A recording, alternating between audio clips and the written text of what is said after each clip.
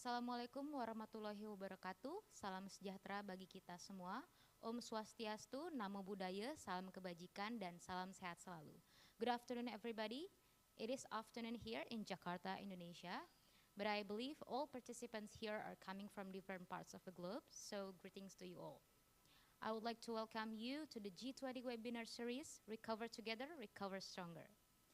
I also would like to welcome the Honorable Mr. Yudo Dwinanda Priyadi, the Chair of Energy Transition Working Group, Mr. Tutuka Aryaji, Director General of Oil and Gas in the Ministry of Energy and Mineral Resources, His Excellency Engineer Mohammed Hamel, Secretary General of Gas Exporting Countries Forum, Mr. Jun Arima, Senior Policy Fellow of Economic Research Institute for ASEAN and East Asia, or AREA, representatives of G20 member countries, representatives of invited international organizations, representatives of related ministries, regional government, embassy of friends countries in Indonesia, academics, companies, and related stakeholders, thank you for joining us today. The Directorate General of Oil and Gas under the Ministry of Energy and Mineral Resources warmly welcome everyone today in the today's seminar, Escalating the Role of Gas in Energy Transition. I am Rina Santis Jabat, you can call me Rina. It is an honor for me to be the MC for today's event. It is an honor as well to have the keynote speakers, moderators, as well as the panelists that would share us their perspectives and ideas. Ladies and gentlemen, the positive economic and population growth makes the increase in global energy demand is inevitable. On the other hand, the increase in energy consumption will lead to the increase in emission. This creates a dilemma since the G20 members has set target to achieve net zero emission to be in line with the Paris Agreement. To achieve the balance between providing affordable supply of energy and achieving carbon emission target, we believe the role of gas in clean energy transition is very crucial and is needed to be escalated. Ministry of Energy and Mineral Resources of the Republic in Indonesia, as the host of the G20 Energy Transition Working Group 2022 presidency, together with AREA, are pleased to welcome you to the 5th G20 webinar series, Escalating the Role of Gas in Energy Transition. To start our seminar, I would like to invite Mr. Yudo Dwinanda Priyadi. He is the chair of the Energy Transition Working Group G20 2022 to deliver the opening remarks. Mr. Yudo, the virtual stage is yours.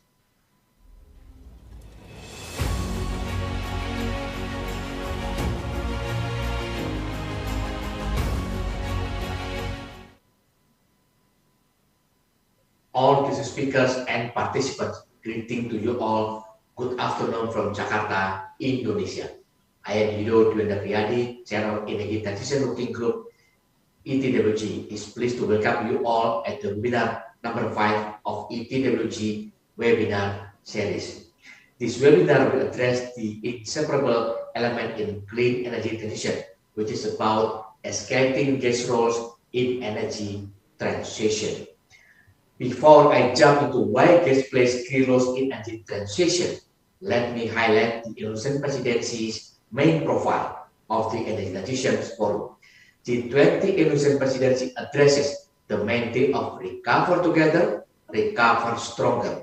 The presidency has set 3 pillars, namely global health architecture, digital economic transformation, and sustainable energy transition.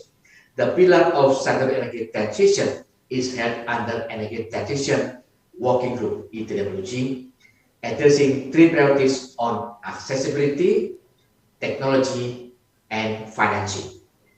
We have done the first meeting of ETWG in Yogyakarta, 24 to 25 March in ETWG 1. G20 members and invitees unanimously endorsed the 3 priorities in energy transition and the main agenda heading towards the key deliverable on global deal to accelerate energy transition in the Minister meeting and the summit in Bali.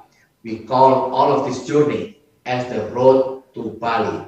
We will meet again on ATW the 2nd in Labuan Bajo, 23 to 24 June 2022. Realizing the road to Bali. Between the meeting of ETWG, we will deepen issues on energy transition to the series of virtual webinars. Today, the fifth webinar of the series on the critical loss of gas will continue the journey of energy transition discussion throughout the presidency's year.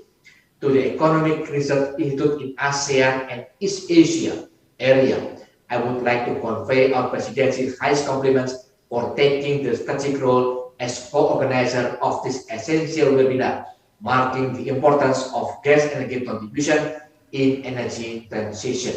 I also congratulate area for a successful co-organizer in the highly successful event on ETWG webinar number 2 on making CCUS affordable, enabling CCUS deployment in G20 and beyond last month. More importantly, today's webinar on gas energy has strong interlinkage with the last CCUS webinar. Capitalizing those two topics, area with its Energy Research Institute network, ARIN, may engage key stakeholders not only from Research Institute in 16 Asia-Pacific countries, but also from policymakers and multinational corporations on expanding gas and CCUS potential in low-emission energy technology development. So, why gas plays key roles in energy transitions? First, straightforwardly speaking, gas energy enables the access to affordable and reliable clean energy sources and also power generation. We cannot deny that countries are facing the urgent needs for post-pandemic sustainable recovery while mitigating adverse impact of climate change such as extreme weather disaster. In this significance, natural gas may perform an energy source which is easy to store, low carbon option, and able to provide an uninterrupted and flexible energy supply. This significance applies for both for developing and developed countries. Recent study from area has suggested that for almost 2 decades, final electricity demand in least developed to upper middle income countries in the East Asia Summit (EAS) had grown averagely by 8.4% per annum, while high-income countries in EAS had increased averagely by 0.7% annually.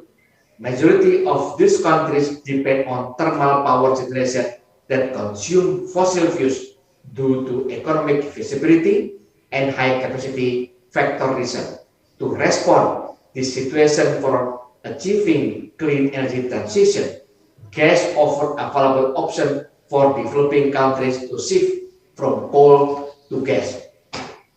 Second, while boosting innovation, gas energy could act as the bridging element in renewable energy sources development, including hydrogen development.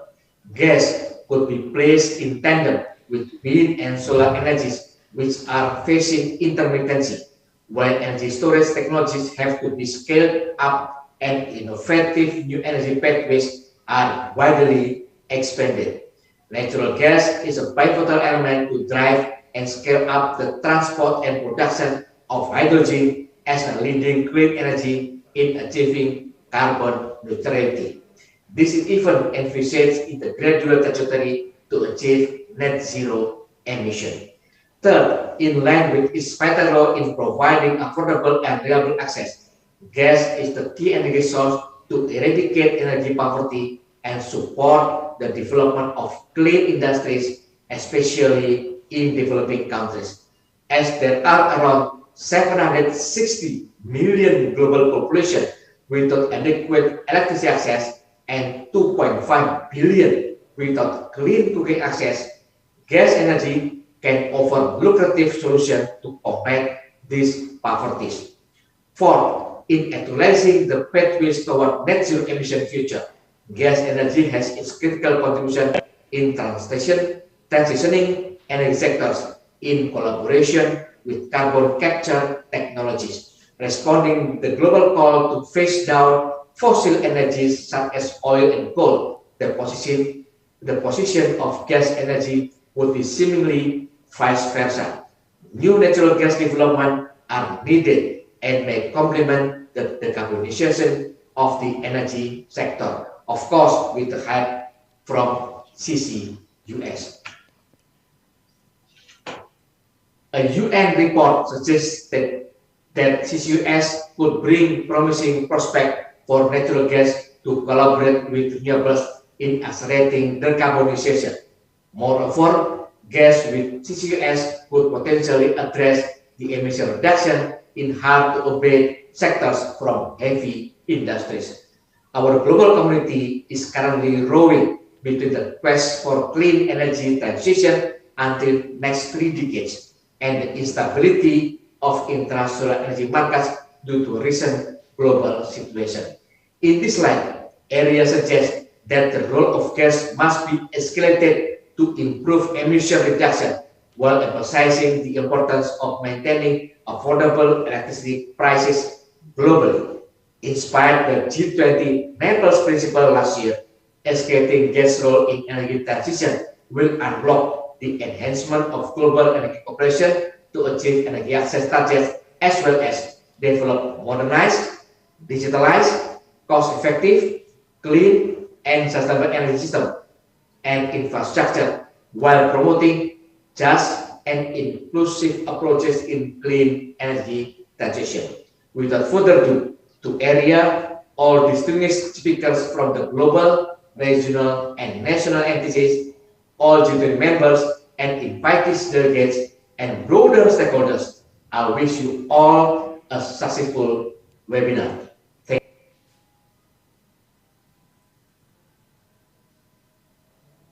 you. Thank you, Mr. Yudo Dwinanda Priyadi, for the opening remarks. Next, I would like to invite Mr. Tutuka Aryaji, Director General of Oil and Gas in the Ministry of Energy and Mineral Resources. Mr. Tutuka will present the keynote speech about the current, mid, and long-term outlook of natural gas demand and supply in Indonesia. Mr. Tutuka, you may start your speech.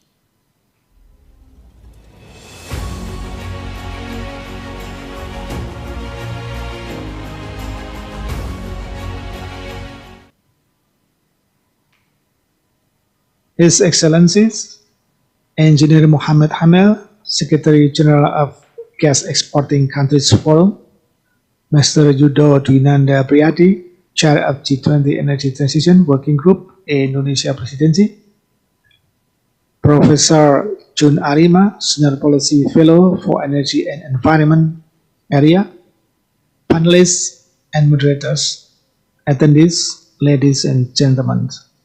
Very good morning to you all. It is a pleasure for me to take part in today's G20 webinar event series, Escalating Casserole in Energy Transition. Ladies and gentlemen, global primary energy demand will continue to grow from now to year 2050. The demand is growing alongside the increasing of population and economic growth. Meanwhile, all the G20 members and other countries beyond has set a target of achieving the net zero emission to stay in line with the Paris Agreement's goal. To achieve the net zero emission, every country has its own approach to promote clean energy transition.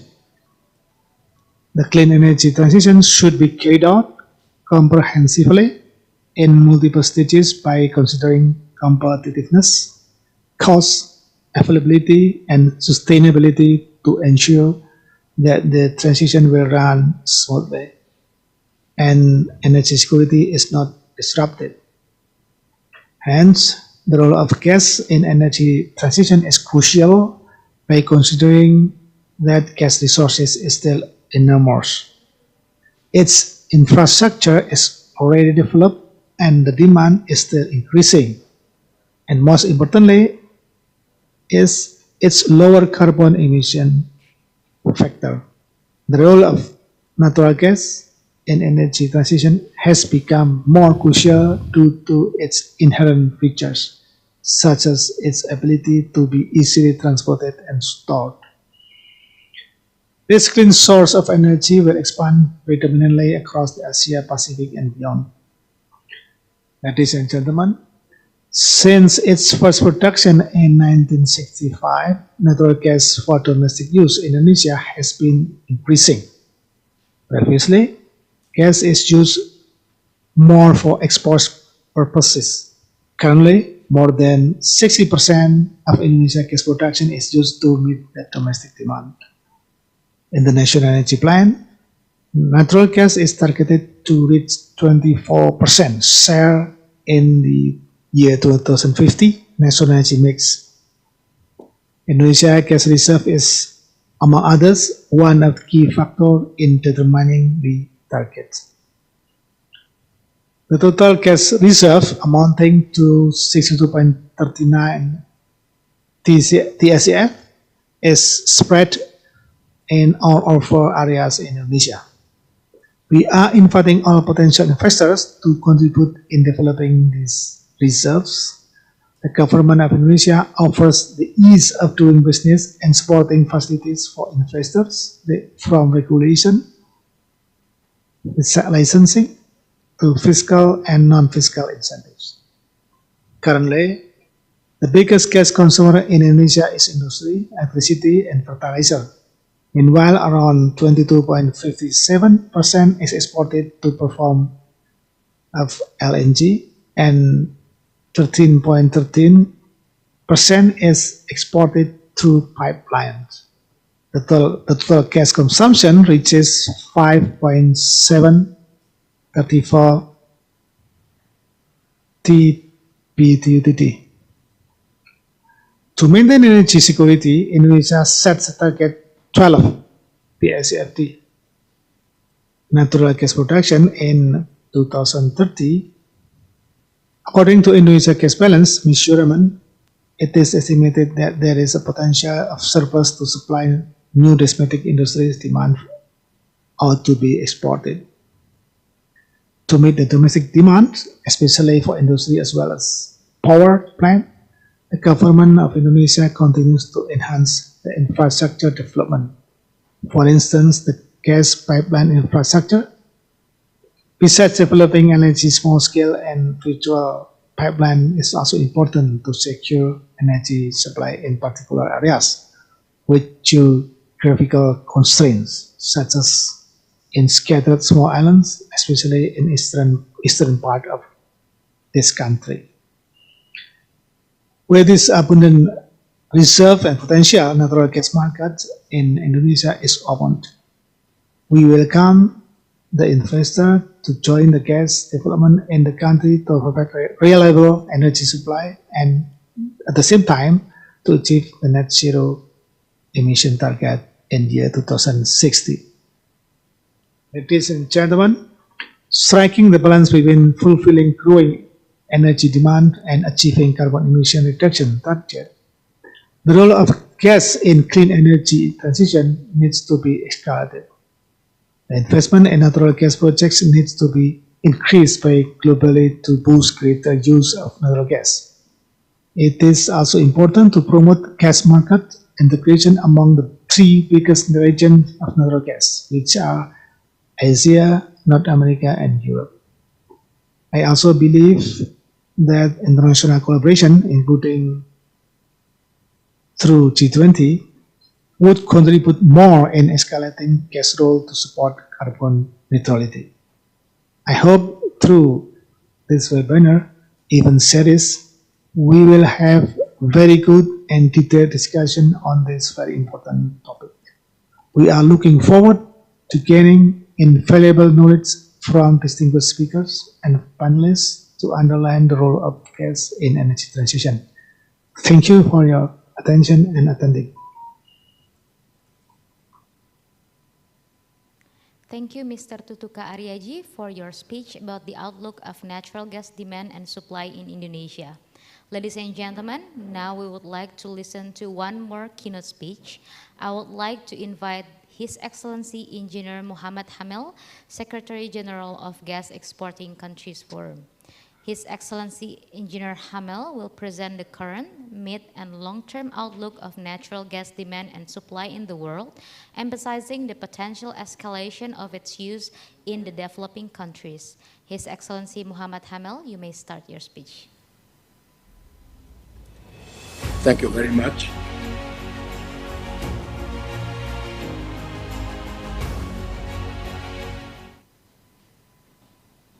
Honorable Professor Tutuka Aryaji, Director General of Oil and Gas at the Ministry of Energy and Mineral Resources of Indonesia, Mr. Yudo Dwinandi Priyadi, Chair of the G20 Energy Transition Working Group, Professor Yun Aryema, ladies and gentlemen. Good day and greetings from Doha. It is my great pleasure to be with you today. I would like to extend my sincere thanks to our friends in the Ministry of Energy and Mineral Resources of Indonesia and in area for their kind invitation. The Gas Exporting Countries Forum is forever tied to Indonesia, as this great country was one of its founder members in 2001.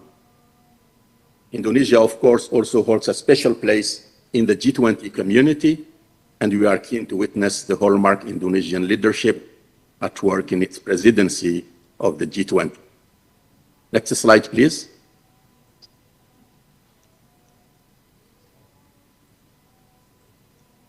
Well, this is a standard disclaimer here.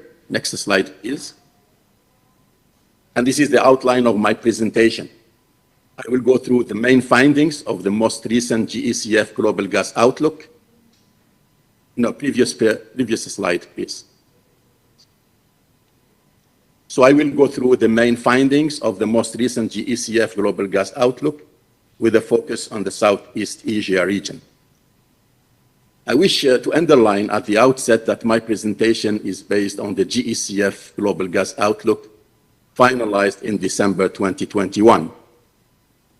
At that time, two issues were at the forefront of the energy debate: affordability, as energy prices reached relatively high levels in the second half of 2021, and climate change in the run-up to COP26 in Glasgow. However, recent developments in the first quarter 2022 in Eastern Europe has drawn renewed attention to a third issue: energy security, with its two intertwined and mutually supportive components of security of demand and security of supply. It is too early to assess all the implications of these developments on the future of energy systems. However, it is clear that for natural gas, a reconfiguration of global physical flows is likely to occur in the medium term, with further expansion of LNG trade, more investments in natural gas in upstream and downstream, an increase in supply costs, and renewed interest in long-term gas contracts. Next slide, please. Natural gas demand increased by 26% since 2010. It has been the fastest growing hydrocarbon fuel, thus expanding its share in the global energy mix. The crisis caused by the coronavirus pandemic, a sort of a stress test for energy systems, has shown that natural gas is resilient and crucial to the daily lives of people.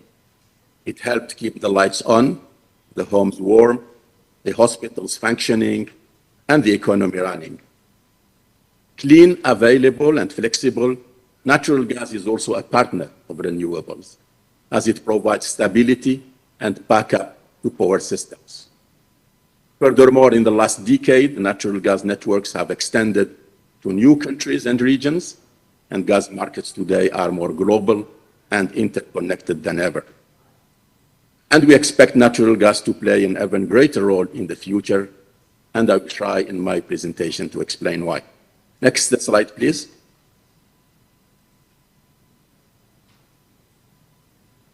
According to the United Nations, the global population is expected to increase by a hefty 1.9 billion people by 2050 to reach 9.7 billion inhabitants. More than 90% of this population growth will be in Africa and Asia Pacific. The level of urbanization will rise from 56% to 68%, meaning that 2.5 billion additional people will live in cities. It is also worth recalling that today more than 3 billion people, mainly in developing Asia and sub-Saharan Africa, still lack access to clean fuels for cooking, while over 800 million have no access to electricity. Next slide, please. It is expected that global GDP will more than double in real terms in the next 3 decades, with China and India contributing to over a third of global output in 2050. Global GDP growth will average 2.7% per annum to 2050, and long-term growth will largely come from the expanding developing economies, especially in Asia. Asia-Pacific region will become the economic growth champion, contributing 60% of global real GDP growth over 2021-2050 period, with developing South and Southeast Asia leading the way. Next slide, please. Consequently, and despite energy efficiency improvements, global energy demand will increase in the reference case by 29% between 2020 and 2050. At the same time, the global energy mix will be evolving, and rapidly rising renewables will contribute to its more diversified structure. Natural gas will be the only hydrocarbon resource to increase its share from 23% today to 27% in 2050. All energy sources will contribute to satisfying these growing energy needs.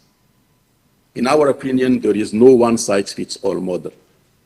Future energy pathways will vary from one country to another, taking into account the common but differentiated responsibilities and respective capabilities, as well as the socio-economic crucial needs. The energy transition in South Asia cannot be the same as in Europe, for example. However, natural gas is the energy that fits most pathways. It helps to transition away from the use of wood and dung for cooking, thus alleviating the adverse impacts of indoor pollution and reduces deforestation.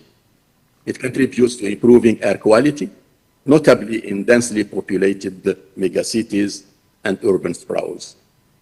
It is a partner of renewables, providing much-needed backup and stability to power grids. Next slide, please. From sectoral prospects, the power generation, industry, and transport sectors are projected to be the main areas of gas demand expansion. The power generation sector will take the frontline role. The strong rise in electricity demand and policies supporting the phase down of coal-fired plants will open up significant prospects for the development of gas-fired power generation, notably in developing countries. In addition, the increasing role of renewables in the generation mix will make natural gas a key fuel, providing flexible backup. Coal to gas switching will be the biggest opportunity in industry, where policies to curb emissions will be a strong catalyst. Moreover, there will be a rise in natural gas as a feedstock in manufacturing petrochemicals and chemicals, underpinned by an expanding population and the growing need for fertilizers. Blue hydrogen generation represents another avenue for natural gas demand growth. More than 20 countries have declared hydrogen strategies and roadmaps, and blue hydrogen is expected to develop further, given its competitiveness, scalability, and its synergies with existing gas infrastructure. Next slide, please. Global natural gas production will continue to rise by an average annual growth rate of 1.2% from around 3.8 trillion cubic meters in 2020 to 5.6 in 2050. The Middle East will contribute the largest share of this growth, accounting for almost 32% of the total change, followed by Eurasia, North America, and Africa. Europe is the only region expected to record a negative contribution to the global gas growth. Next slide, please. Upstream investment requirements to meet natural gas demand amount to $7.5 trillion US. The GECF outlook expects that around 76% of global gas output in 2050 will be sourced from new projects, and this highlights the crucial importance of investment. Natural gas projects are capital intensive, with long lead times and payback periods and high decline rates. Not investing will lead to higher prices and extreme volatility. Next slide, please. Hydrogen is a promising energy carrier. Underpinned by policy support, supply of hydrogen could reach around 600 million tons and be 6 times higher in 2050 compared to today. Natural gas will contribute to nearly half of this supply. Hard to electrify or hard to abate sectors in transport and industry will be the primary candidates for hydrogen penetration. Next slide, please.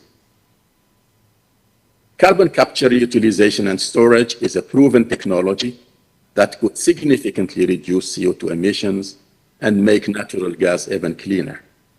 According to the GECF scenarios, CCS could contribute to reducing CO2 emissions by more than 4 gigatons.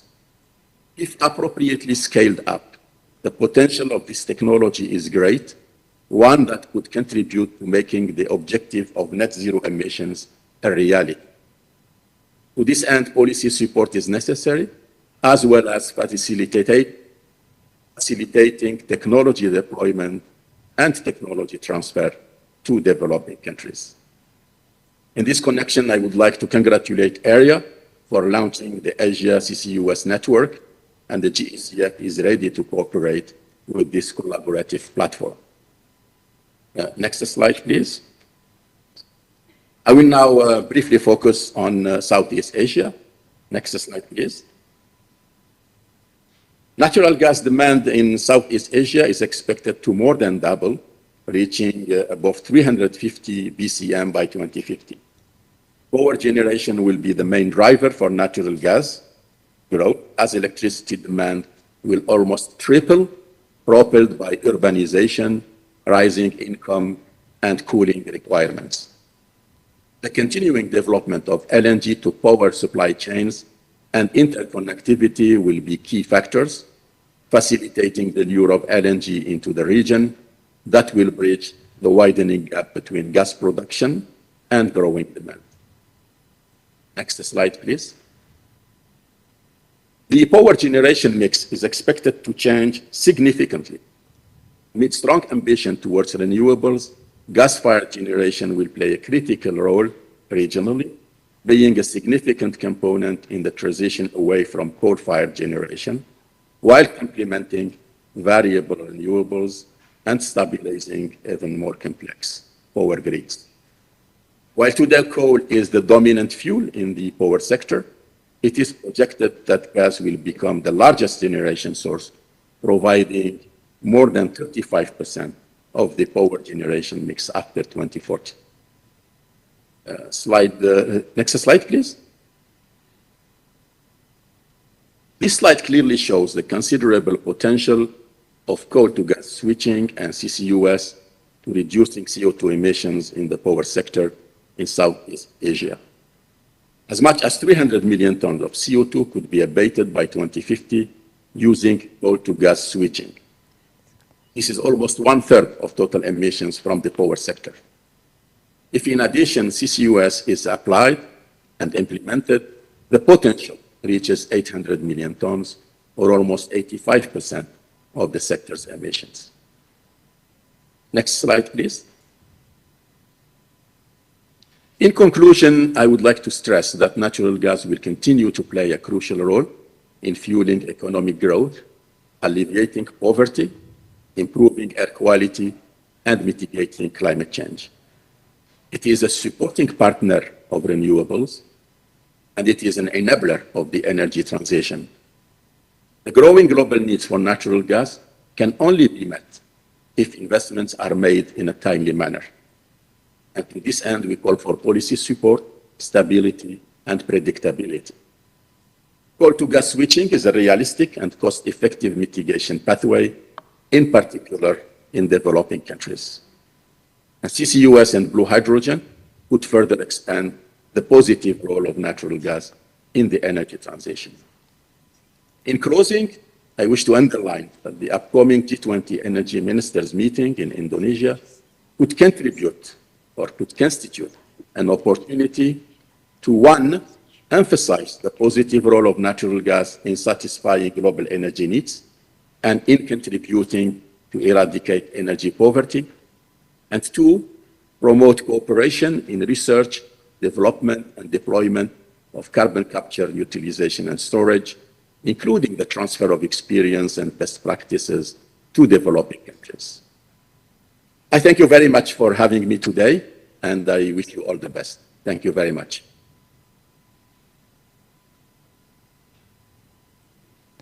Thank you, His Excellency Muhammad Hamel, for the keynote speech, specifically on emphasizing the potential escalation of natural gas in the developing countries.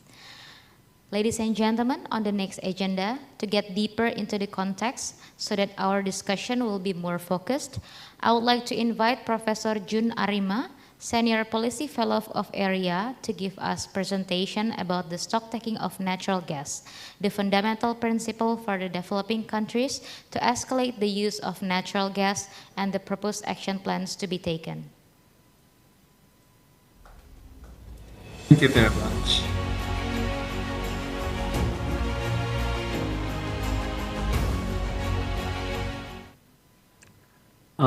Ladies and gentlemen, good afternoon, and thank you very much for inviting me to making setting scenes for this important workshop.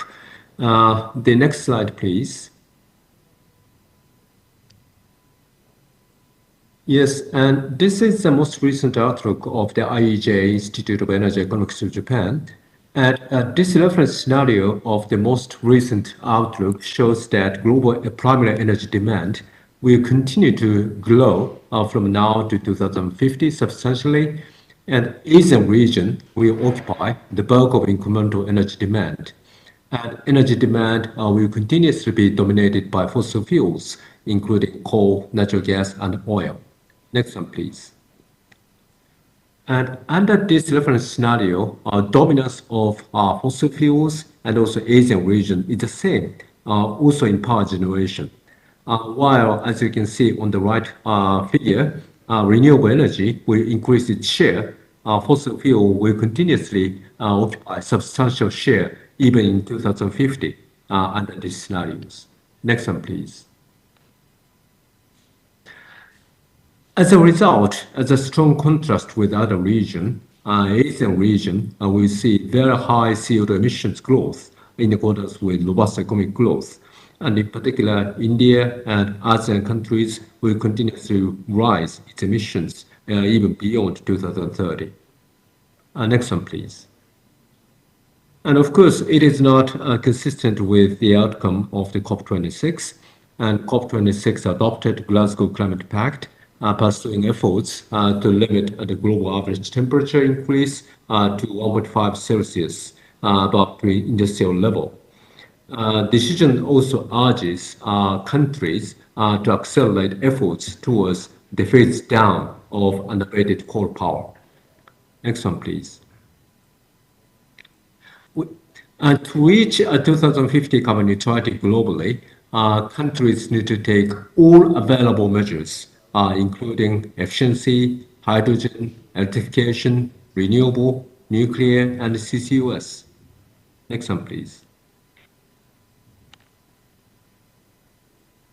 At AREA, we are now conducting cost-optimal deployment of clean energy technologies for achieving carbon neutrality in the ASEAN region in 2060. And technologies include solar PV and onshore and offshore wind, hydropower, geothermal, biomass, nuclear, CCUS, hydrogen, ammonia, DAX, and BECCS. All ranges of low or zero carbon technologies are considered in this scenario analysis. Next one, please. And in the power generation mix under 2060 carbon neutrality scenario, renewable becomes the main source, accounting for 69% of the total power generation in 2060. And hydrogen and ammonia, including co-firing, will be a part of the decarbonization. Next one, please. But in the short to mid-term, efficient gas-fired plants will curb CO2 emissions from fossil fuel generation substantially. In this regard, natural gas will play a very, very important role in pragmatic mitigation option in this region. And that's why increasing number of ASEAN countries are interested in fuel switching from coal to natural gas, as presented by Dr. Hamel in the previous presentation. And in the longer term, CCUS and co-firing with ammonia or hydrogen and at 100% ammonia and hydrogen will play a dominant role according to our analysis. Next one, please. However, ongoing gas price hike amid the Ukraine war could discourage fuel switching from coal to natural gas, which is a low-hanging fruit for the region, mitigation option for the region. And as a result, coal could stay longer than previously anticipated in the Asian region if the current price hike continues. Next one, please. Now, amid Ukraine war, European region, EU, is trying to exit from Russian pipeline gas by shifting its gas demand to LNG. And from 2021 to 2025 and 26, LNG surplus capacity has been already projected to decline between now to 2025 to 2026. And if competition is intensified between the Asian region and the EU region over a limited amount of LNG, then naturally LNG price will further soar. And therefore, upstream investment in the LNG is absolutely necessary. Financial institutions recently tend to have a hesitant posture to fossil fuel investment, including gas-related ones, on the ground that decarbonization needs to be achieved.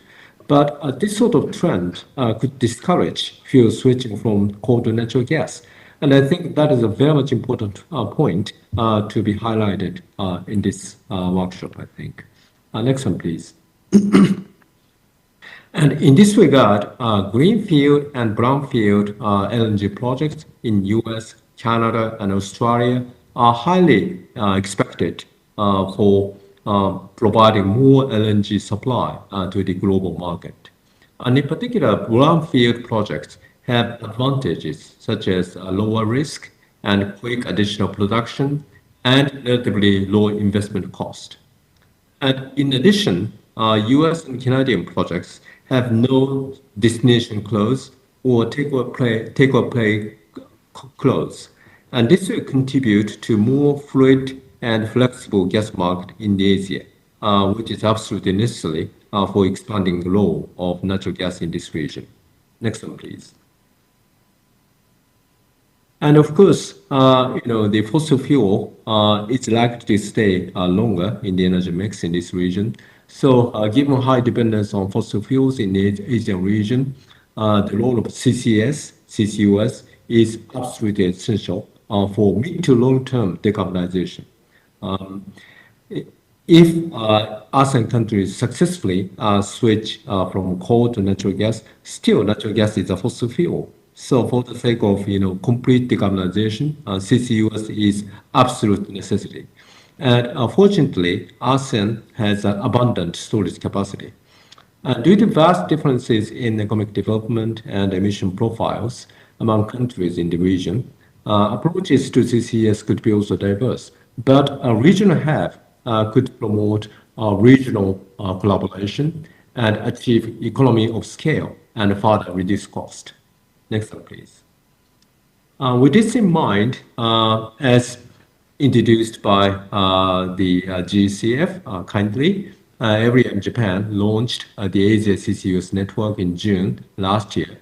And its purpose are first, sharing of knowledge and experience, second, developing common rules and projects, and third, realizing storage network throughout Asia.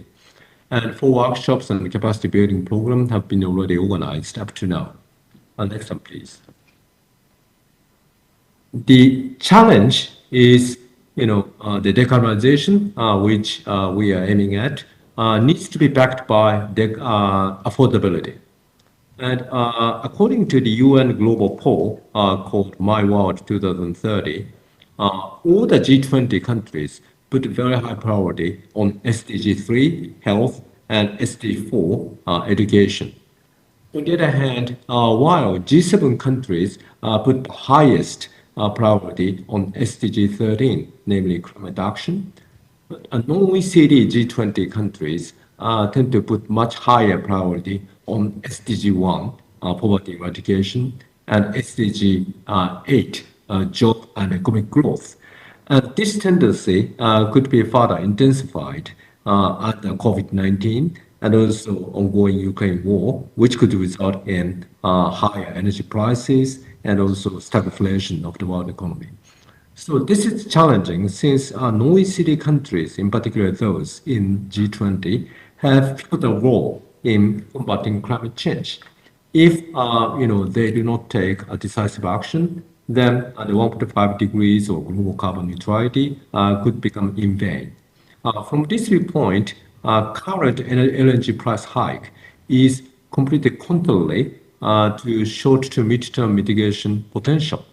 So I'd like to finally re-emphasize the importance of additional LNG investment, which could cool down the current price hike of natural gas and enable fuel switching from coal to natural gas in the region, in particular in the Asia, and then pave the way as a bridge to much deeper, say, lower emissions, and finally decarbonization.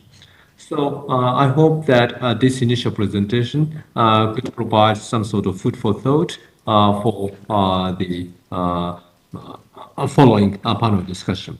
Thank you very much for your attention.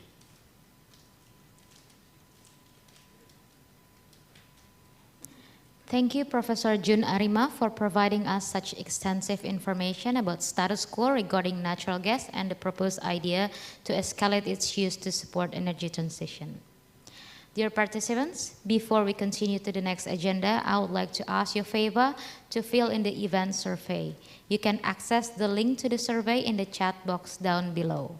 Your feedback regarding this event is very helpful to give us perspective to serve you better in the future. Ladies and gentlemen, after listening to our distinguished speakers, we have now arrived to the panel discussion session. We hope this panel discussion will provide you deepened insights on the different pathways to escalate the role of natural gas in the energy transition era. Today's panel discussion will be moderated by Mr. Shigeru Kimura. Mr. Shigeru Kimura is a special advisor on energy affairs in area. Without further ado, I will hand this virtual stage to Mr. Shigeru Kimura.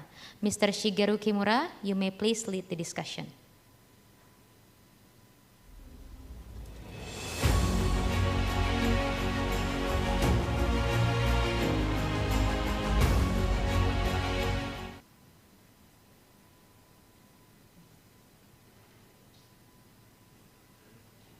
Thank you very much, Ms. Lina, as a MC for your kind introduction, and good morning, afternoon, and evening, all the participants in this web meeting room of the one of the G20 ETWG Energy Transition Working Group site event.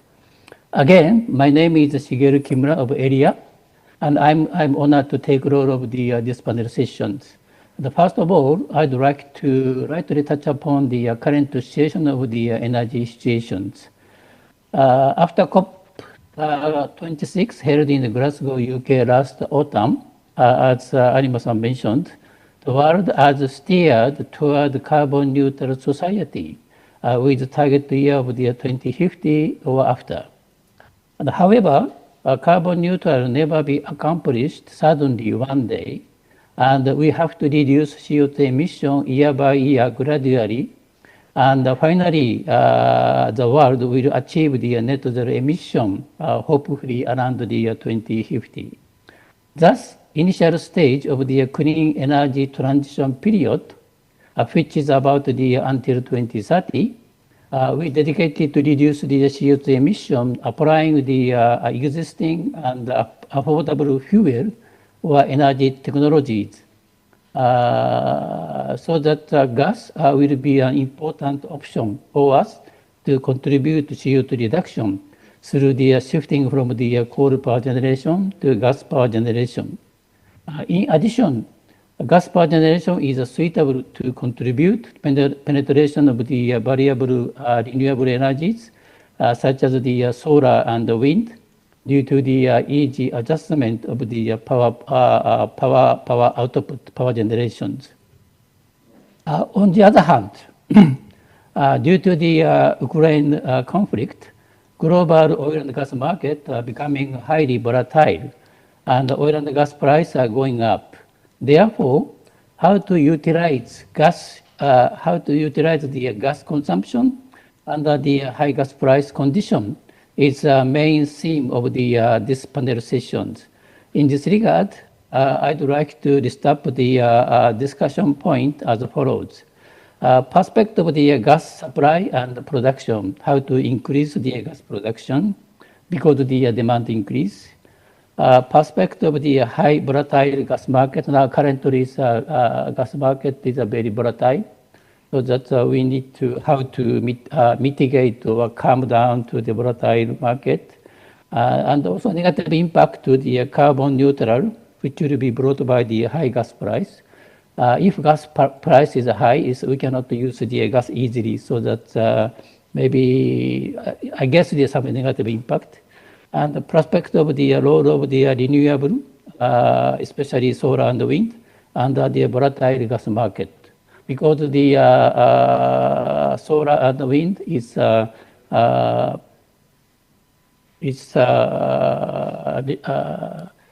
domestic energy, so that not impacted by the gas market.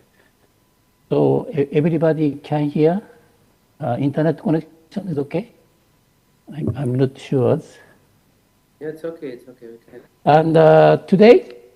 We have the 5 resource panelists from the world for this panel sessions, and I'd like to proceed this panel session as follows. Firstly, I would like to ask the panelists to make short presentation in 5 to 6 minutes, one by one, and after that I move on to the panel discussion between me and the panelists. Due to the time limitation, I cannot introduce the question from the audience. So that appreciate the panelists to monitor the chat box of this web system and reply to the question for you. Very much appreciate your kind arrangement. So now I'd like to invite the panelists. The first panelist is Mr. Lars Erik Aamodt, Director General for Oil and Gas, Ministry of Petroleum and Energy, Norway. Today, he's kindly introduced the gas production in Norway and how Norway gas is contribute to the high impact to the European gas market. So that Mr. Aamodt, floor is yours.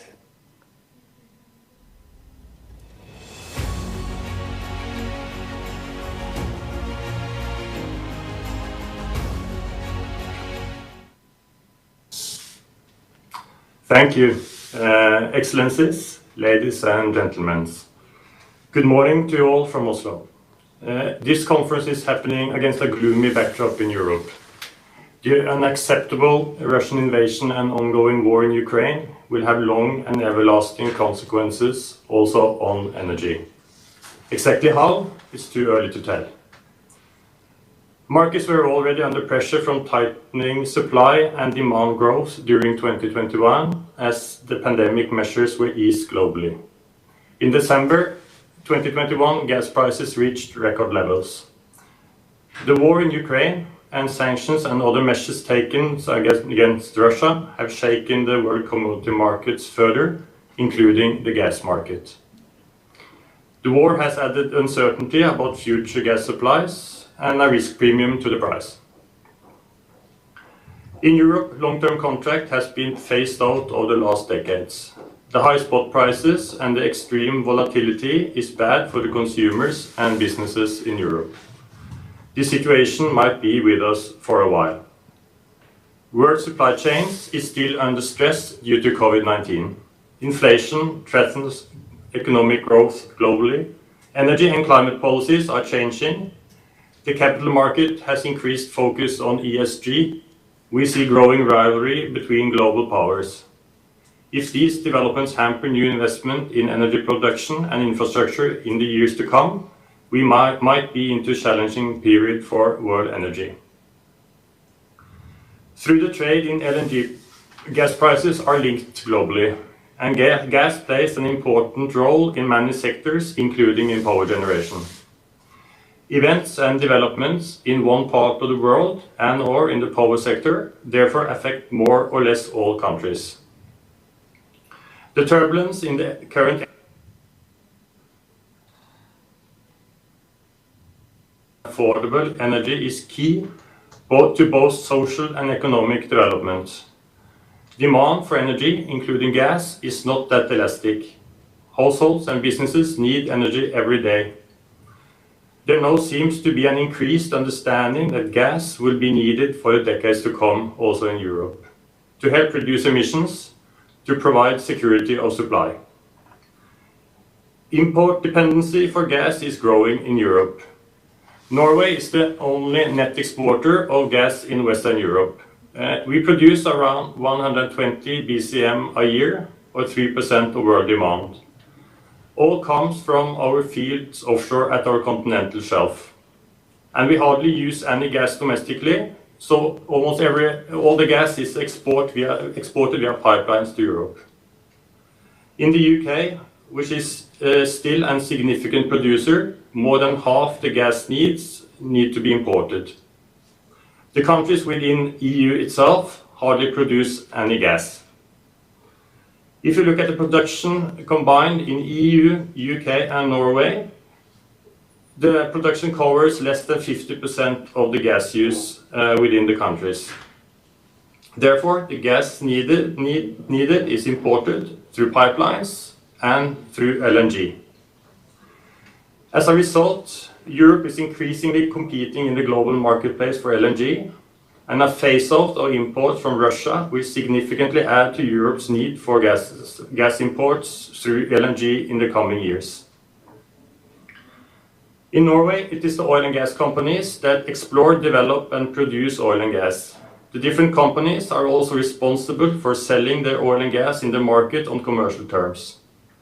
In light of the war in Ukraine, our European partners would, even more than before, like to see as high deliveries of oil and gas from our fields as possible. And Norwegian companies are producing as much as they can today. To achieve high uptime throughout our integrated gas export system, and the gas price give them all incentives to produce near maximum capacity every day. Stable and high deliveries are also a high priority for the ministry. And the gas producers in Norway are delivering on that strategy. And we also facilitate, when needed, companies to achieve this. For instance, through revised production permits. Hammerfest LNG, our sole LNG plant, has been shut down for more than 18 months. The companies now expect to resume export from that plant this month. This will bring additional gas into the marketplace. This week, we revised our gas production outlook for 2022. We estimate that we will produce 122 BCM, or 9 BCM more than last year. Our pipeline export might be higher this year than ever before. The only way to increase our gas production further is to put more fields and projects on stream. We do not expect oil gas production to increase significantly in the years ahead. We expect production to be stable for the next decade.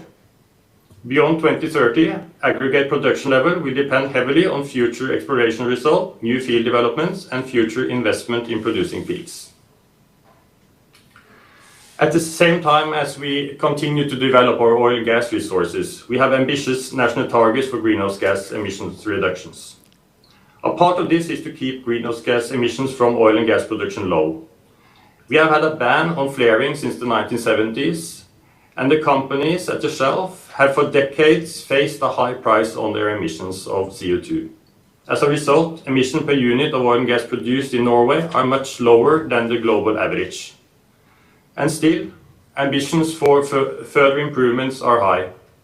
We aim for a 50% cut in production-related emissions by 2030 and to net zero by 2050. In the long run, natural gas combined with carbon capture and storage could become a significant source of clean hydrogen and ammonia. We have more than 25 years of experience with CO2 storage offshore Norway, and we know it works. And industrial players are now exploring the opportunities to produce blue hydrogen or blue ammonia in Norway. This spring, we awarded 2 CO2 storage licenses connected to such plans, and 1 more area is announced, and so companies can apply for license. Today, there is no market for clean hydrogen and/or clean ammonia. However, if such a market emerges, for instance in Europe, this is an opportunity also for Norway, and an opportunity we would like to take benefit of, and we will therefore facilitate such commercial production in Norway. Natural gas has an important and growing role in the global energy system, and Norway intends to help cover the global need for oil and gas also going forward. Thank you for the attention.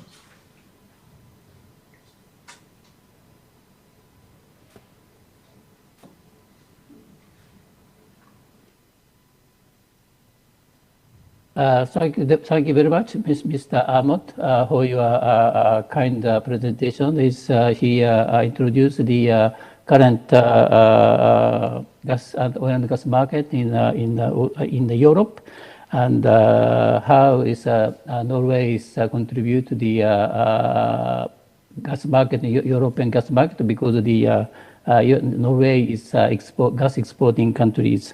And I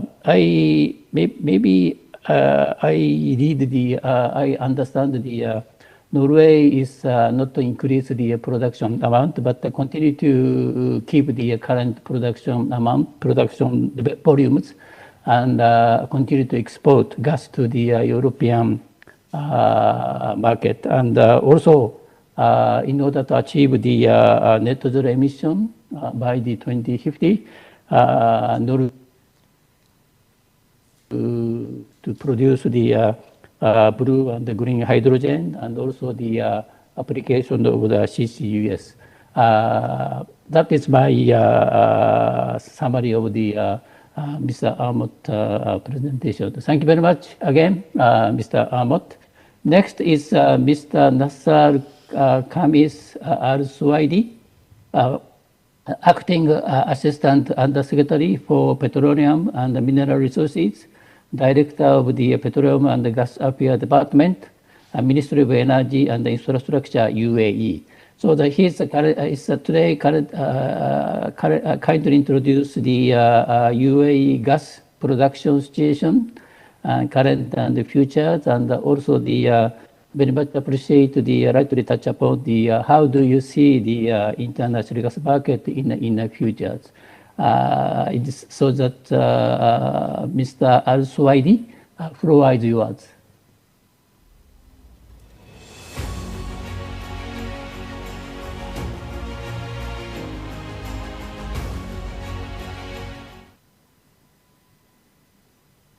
Thank you very much. Thank you for everybody. Good morning, good afternoon, good evening for everybody. I would like to thank the Ministry of Energy and Mineral Resources in Indonesia for give us this opportunity to present our UAE remark on natural gas. As you know that Natural gas is said to be the potential role in empowering economic growth in United Arab Emirates over the next 50 years.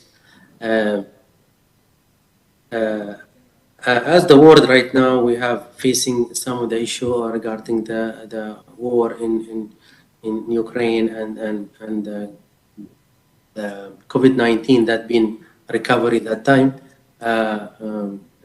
Natural gas actually is playing a role in providing most of the 1/4 of the world energy supply will be continue to play a critical roles in the global energy system. Neither the few resources can be reliable and supply the place load power in heat and cold homes. As we continue, UAE is currently unlock the potential unconventional gas resources as part of its integrated gas so that the UAE become gas self-sufficient by 2030. In this drive to achieve self-efficiency by 2030, the UAE is upscale the unconventional gas operation by unlocking additional resources and strengthen its commercial availability of unconventionals in the UAE. The government's own company, ADNOC, has leveraged global industrial experience and the best practice to drive efficiency through the entire unconventional gas value chain.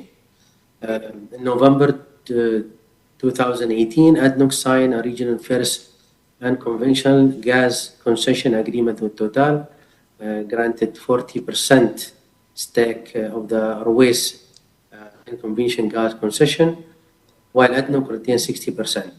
This strategic partnership will enable both companies to take together our common goal to explore, appraise, and develop our waste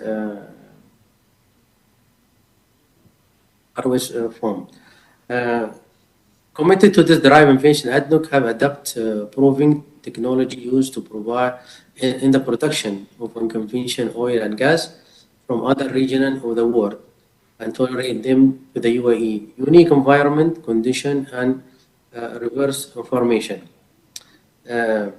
ADNOC already is an instrument meeting 50% of the UAE natural gas need by adding unconventional gas to the UAE gas portfolio. In addition, 1 million cubic feet per day will be unlocked from the Ruwais concession before 2030.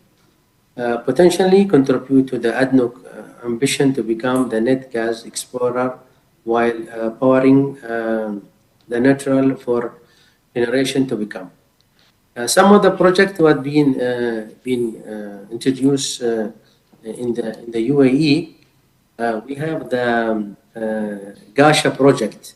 It's a mega project. It's the world's largest offshore sour gas development. The multi-billion-dollar project will be play a virtual role in meeting the UAE gas of self-sufficient objective in line with the ADNOC integration gas strategy. The integrated gas strategy aim to unlock and maximum the value of Abu Dhabi Emirates Sustainable Natural Gas Reserve.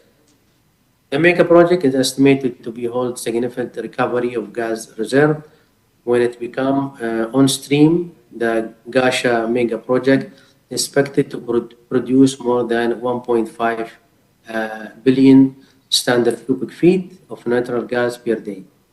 With this production, it will be an instrument to provide electricity to more than 2 million homes in the UAE by around the middle of the decade. The UAE participate with an international company in the implementation of the Gain Sour gas project with Abu Dhabi national company ADNOC, desired as the largest in the world. Gasha concession field, it is scheduled to be complete development,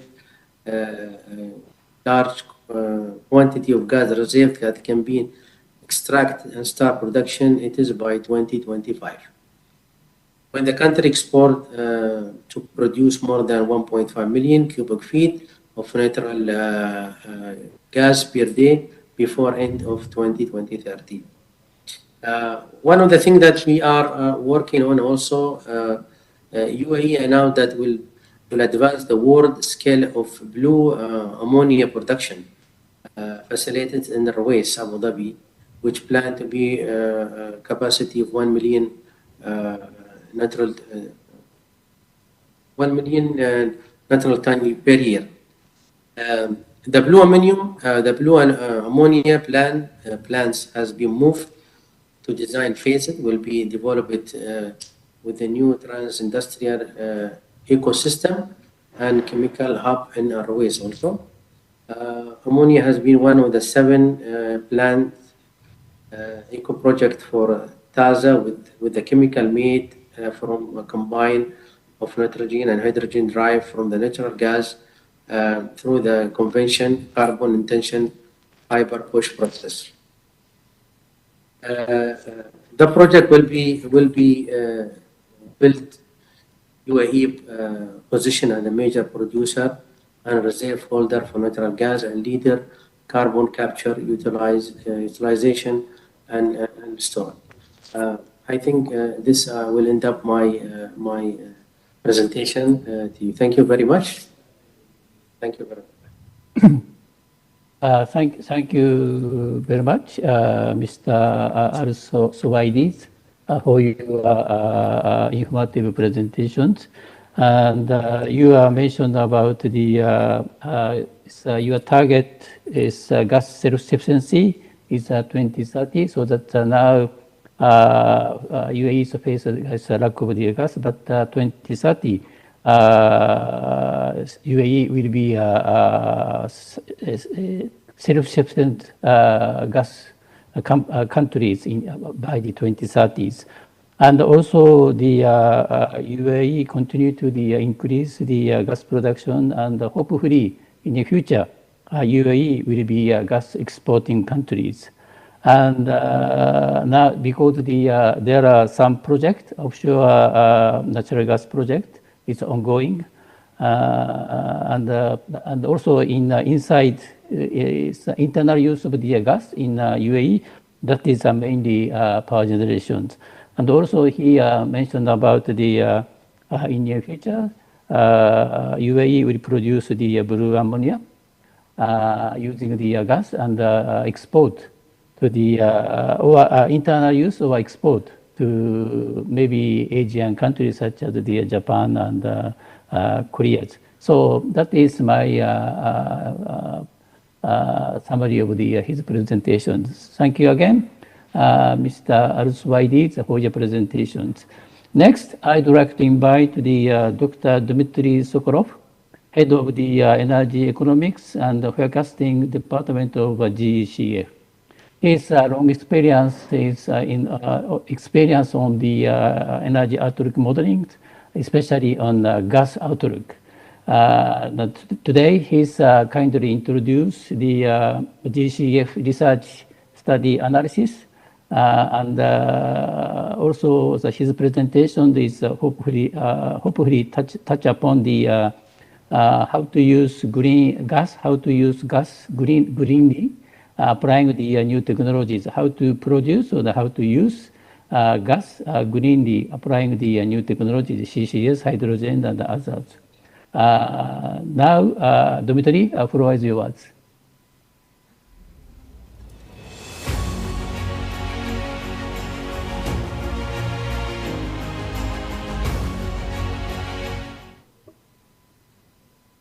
Thank you very much, Kimura-sensei, for this kind of introduction. Your Excellencies, distinguished participants, ladies and gentlemen, good morning, good afternoon from Doha, Qatar. First of all, I would like to say words of appreciation for this invitation to speak today at this important workshop, which addressed to Ministry of Energy and Mineral Resources of Indonesia and area. And I would like to use several slides to illustrate my messages today If we can proceed to slide number 3. Kimura-sensei, I would like to start with answering maybe your point you raised on how to use green, natural gas greener. But first of all, I'd like to stress that we in GCF have placed climate action at the forefront of our priorities. And we quite strongly recognize the challenges posed by climate change, valuing the manifold efforts making by international community to counter the environmental issues. And we fully agree with the title of today's discussion on the importance of escalating the role of natural gas as a solution for balanced energy transition. I would also like to inform the audience that in our statement at last COP26 in Glasgow, last November, we included practical solutions and actions GCF is already fully engaged. And it's include adopting practices and developing technology options that support the decarbonization potential of natural gas, and of course include such important technologies like carbon capture, utilization, and storage method, and of course the production of blue hydrogen and ammonia for natural gas. Also, I would like to say that we expand this cooperation in low carbon natural technology, scientifically grounded research and innovation-led capacity building inter alia through our new established GCF Gas Research Institute in Algeria. And also early this year in our 2022 Doha Declaration of GCF Heads of States and Government, our forum emphasized on the positive contribution of economically friendly use of natural gas towards improving air quality and climate change mitigation and adaptation in line with the United Nations Framework Convention on climate change and Paris Agreement. However, I would like also to underline that in GCF we strongly express concern on use of climate agenda on perpetuating inequality and introduction of discriminatory practices. Next slide, please. And today I would like to reiterate natural gas not only critical in achievement United Nations Sustainable Development Goals and achieving Paris Agreement, but also it's very strong support economic development of G20 countries. And just pre-COVID meeting of Japan, and I should say that GCF is very actively work with G20 platform starting from 2018. We very much welcome the statement that was included into the communique of energy ministers, and definitely we see that it continues to be true. And of course, we all need to recognize the key role natural gas currently plays for many G20 countries, as well as potential to expand significantly over the coming decades, and its conclusive role of supporting transition toward low emission energy system. And of course, from GCF, we fully support the G20 commitment towards clean and environmental friendly energy sources. And of course, introduction more natural gas and energy systems allow us to promote economic development with a smaller carbon footprint. And we are confident that this use of both environmental protection and climate change should remain the focus of these joint efforts. Next slide, please. Definitely, as it was mentioned in the keynote presentation by His Excellency Secretary General of GCF, Engineer Mohammed Hamel, we in GCF on a regular basis update our GCF Global Gas Outlook diesel period of 2050, and we quite strongly see the increasing pace of global energy transition and advancement of modern technology. And this advancement will definitely unleash great potential of natural gas as a valuable fuel, and it will help to satisfy the growth needs of the world in clean energy, and of course allows to increase the global energy security, eradicate energy poverty, and build a flexible, resilient, and sustainable energy system. And of course, we definitely see that 27% of natural gas in energy mix is quite a reasonable figure.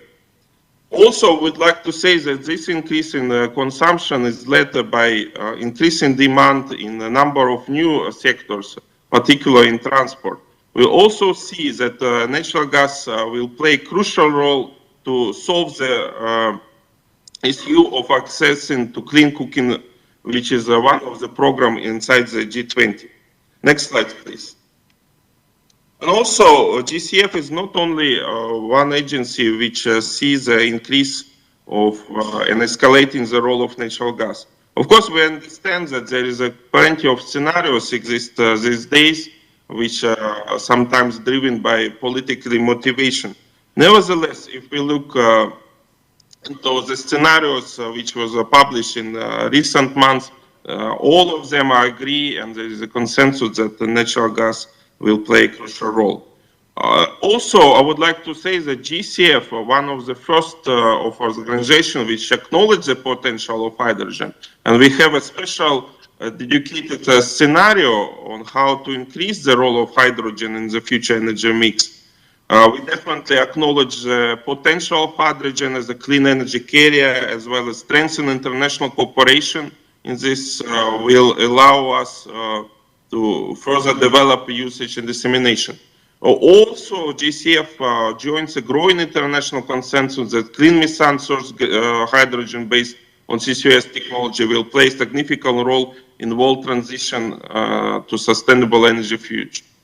And also, it's totally in line with the statements in the framework of G20 events. In our global gas outlook, we definitely see hydrogen as a solution, and we give very promising evaluation of 620 million tons per year by 2050, which is 6 times higher than the current volume. Also, we definitely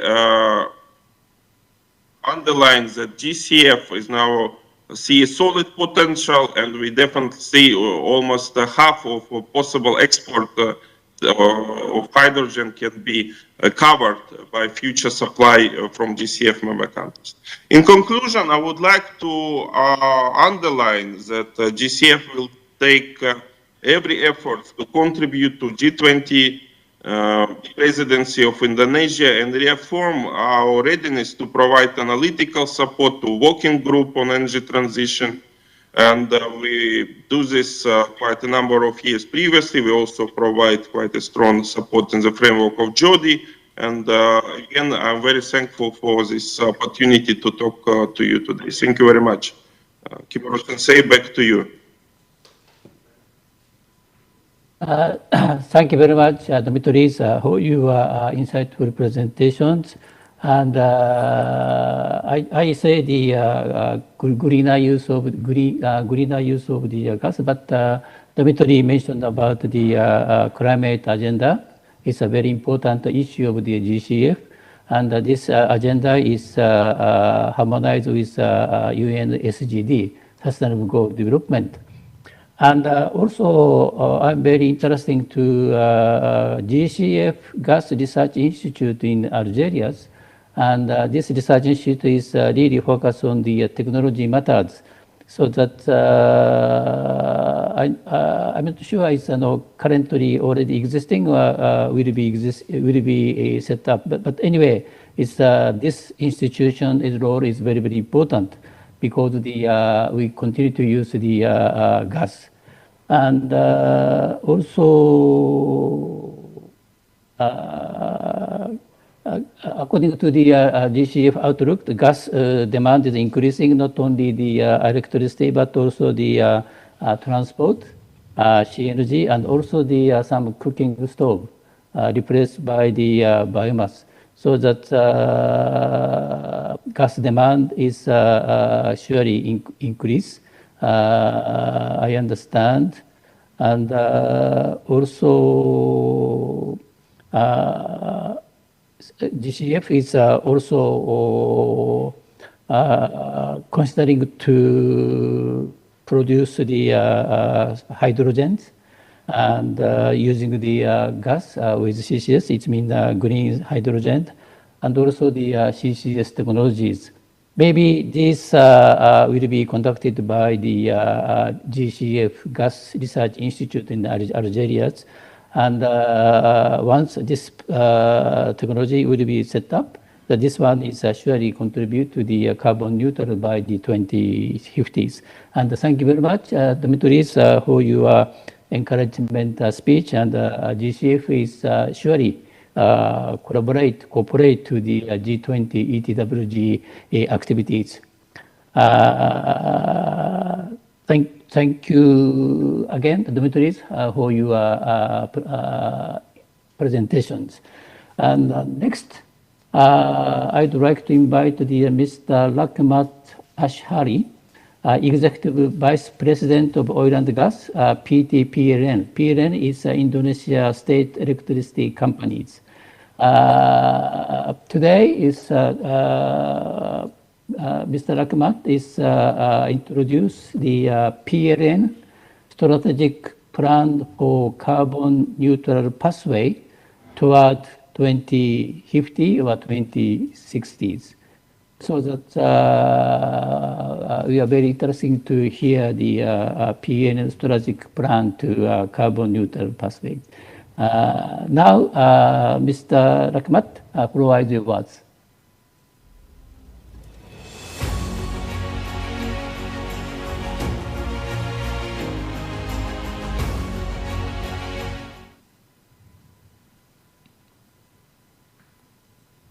Thank you, Kimura-san. Good afternoon from Jakarta. Excellency, distinguished speakers and participants of the G20 webinar series, Escalating the Role of Gas in Energy Transition. Today, I would like to share with you PLN's perspective on how to escalate the role of the natural gas in PLN's operations. Next slide. In this first slide, it tells us about the power plant's installed capacity of the PLN. And the reason of the RUPTL, the PLN long-term document with the 10 years span between 2021 to 2030, the installed capacity of the PLN in 2020 reached of the 63.3 gigawatt. The additional new power plants are around 40 gigawatt for the 10 years span. With the renewables energy power plants portions reach around 21 gigawatt, or half of the capacity that will be developed. The coal-fired power plant will retire around the 1.1 gigawatt capacity, and it means that the total PLN generating capacity in 2030 will be almost 100 gigawatt. The installed capacity of gas-fired power plant will increase by around 6 gigawatt to 25.6 gigawatt in 2030. Next slide.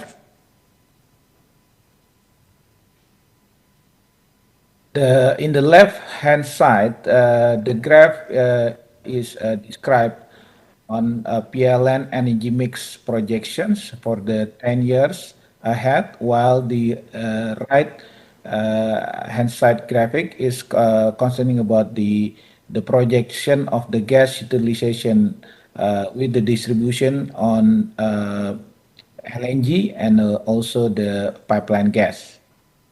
The power mix from the gas fuel in the PLN long-term planning document is at 12 to 16%, while in the previous document, the planning document, the power mix from the gas fuel is around 18 to 22%.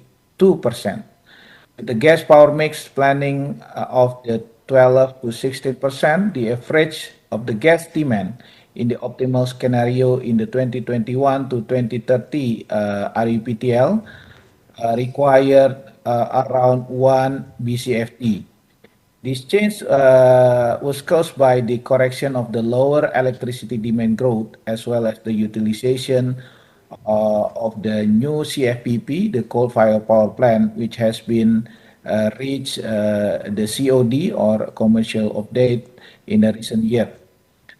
When we utilize the pipeline gas, the infrastructure need to be built is not so complex compared to the LNG infrastructures. However, the utilization of the LNG and considering that our new gas-fired power plant are located in the scattered area with the small capacity and relatively far from our gas resource. It makes the challenge to develop the infrastructure gas. Next slide. This slide shows our gas fired power plant locations throughout the nations. So if you take a look, maybe this is a little bit small, but I would like to emphasize that more than 60% of the capacity is located in Java Island. This is a demand center, and the peak load of this Java Island could achieve as high as the 28 gigawatt nowadays. So the Java Island considered on the western part of the Indonesia. So in the western part, the gas infrastructure has been developed. This is because of the gas consumed in this western part of the Indonesia is quite high. As you can see, it could reach around 600 BBTU day. But if you are take a look on the eastern part of Indonesia, we are still lacking of the gas infrastructures. And most of in the eastern part of the Indonesia at the moment is still utilizing the liquid fuel to generate the electricity.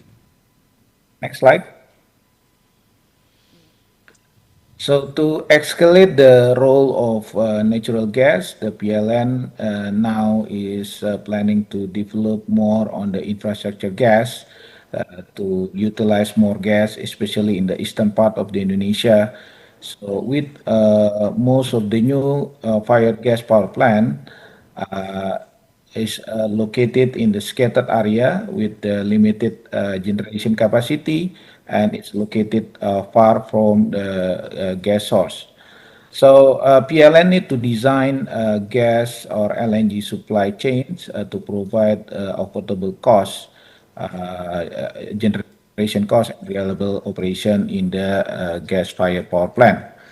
So we are expecting that the switching strategy from the liquid fuel to gas in eastern part of Indonesia will replace high CO2 emissions for the utilization of the liquid fuel compared to the gas utilization. Next slide.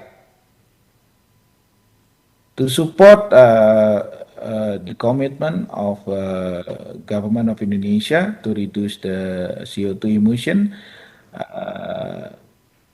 with the target of the 29% and a conditional target of the 41% compared to the business as usual case in 2030, PLN has implemented several programs. So we have namely around 9 programs. So the first is renewables.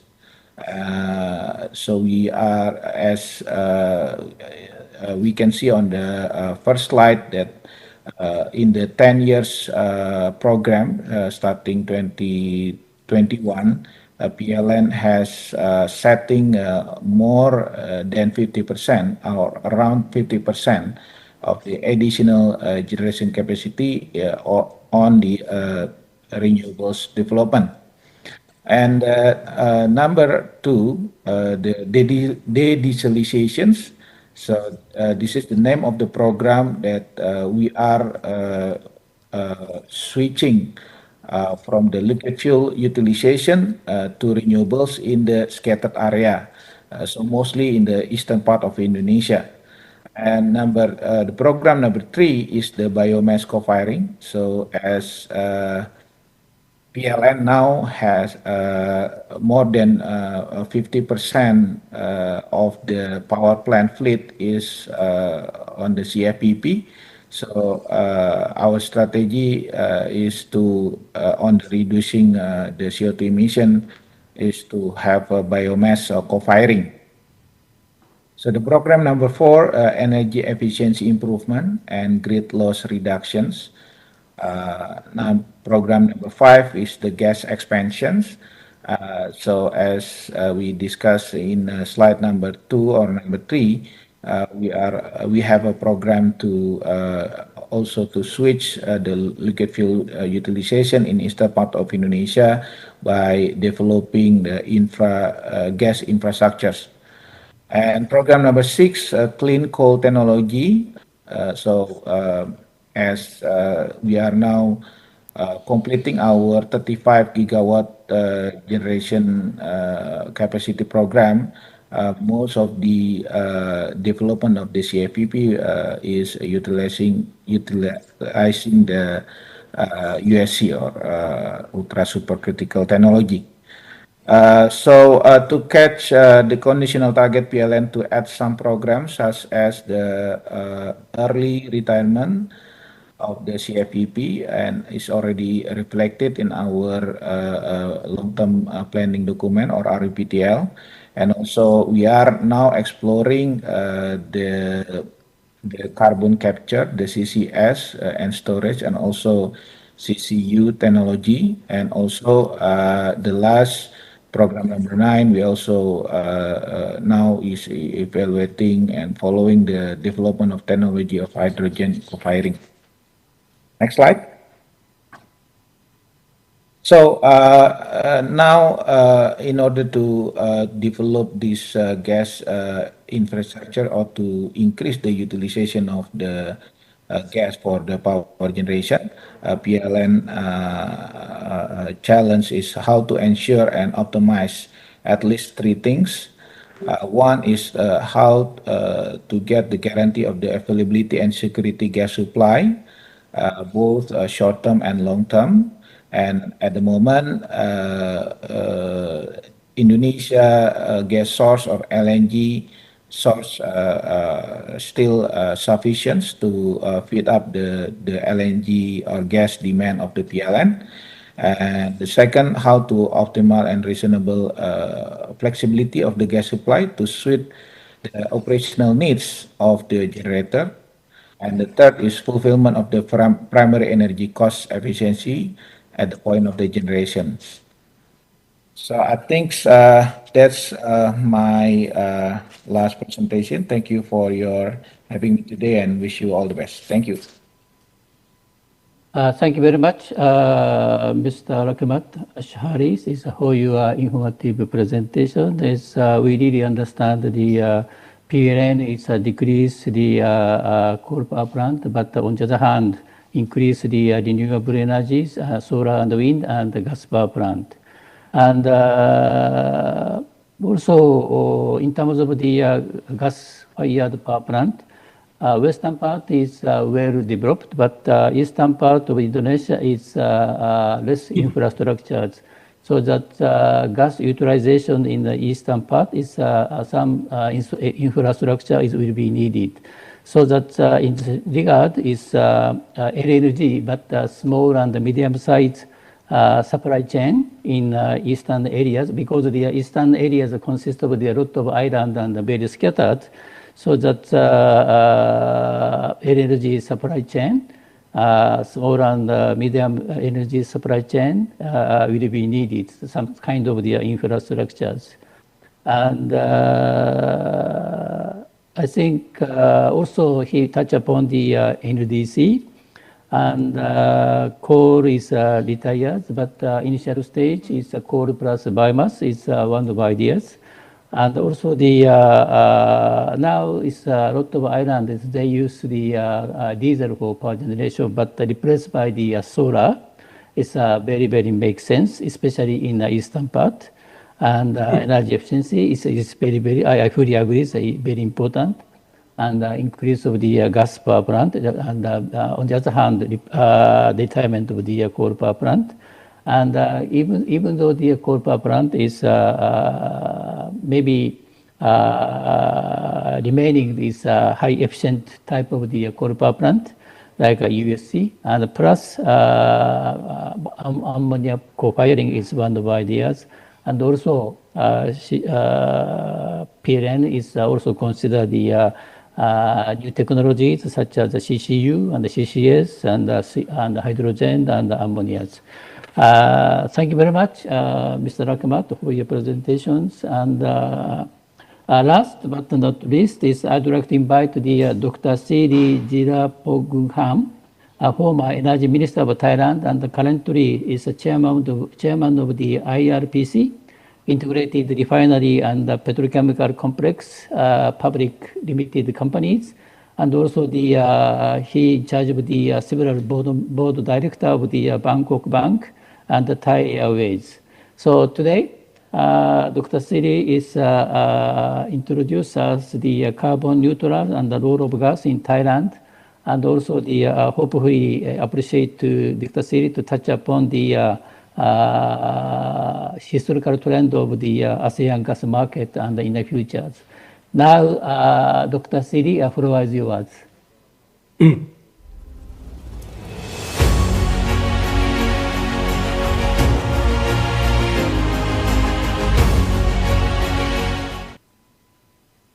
Thank you very much, Mr. Kimura-san. Good afternoon, Excellencies, ladies, distinguished participants, ladies and gentlemen. I'm pleased to describe to the distinguished participants in our workshop today on the role of gas and LNG in Thailand's energy system. Starting in 1980, with the discovery of offshore natural gas resources in the Gulf of Thailand, natural gas has become our main source of energy supply. Thailand's natural gas consumption has reached a high volume of close to 5,000 million standard cubic feet per day, accounting for around 60 to 70% of Thailand's energy consumption. So Thailand has moved to a very high percentage of natural gas supply in our energy system. From that point, we have recognized that this could be a weak point in future energy system design. So Thailand energy policy in the past almost 20 years now has intentionally reduced our overly reliance on natural gas by increasing the diversification of energy source away from natural gas to increase the proportion of more renewable resources, such as importing large quantities of hydro power electricity from Laos, promoting investment in photovoltaic solar power generation, subsidizing increasing power generation from biomass, biogas, and municipal wastes, as well as investment in additional coal-fired power plants using imported coal from Indonesia. However, with a limited natural gas resource, domestic natural gas production has peaked after 30 years from the start of production in 1980 and has necessitated our import of pipeline gas from Myanmar, as well as increasing LNG imports.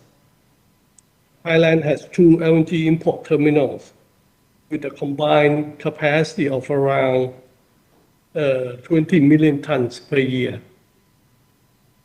Our current import of LNG has reached about 7 to 8 million tons per year, which represent about 30% of which about 30% is spot cargo. As several speakers have already pointed out today, that the spot price of LNG in the last few months has been quite high, very, very high, reaching up to about $40 per million BTU. With that, the never thought of use of diesel oil, even at $100 per barrel in power generation, has become more economical than importing spot LNG. This development, which is quite troublesome, that import LNG is becoming non-competitive fuel source when we compare with diesel oil, as witnessed in last few months in Thailand. It posed a major challenge for increasing our reliance on natural gas imports as the main energy source of any developing economy.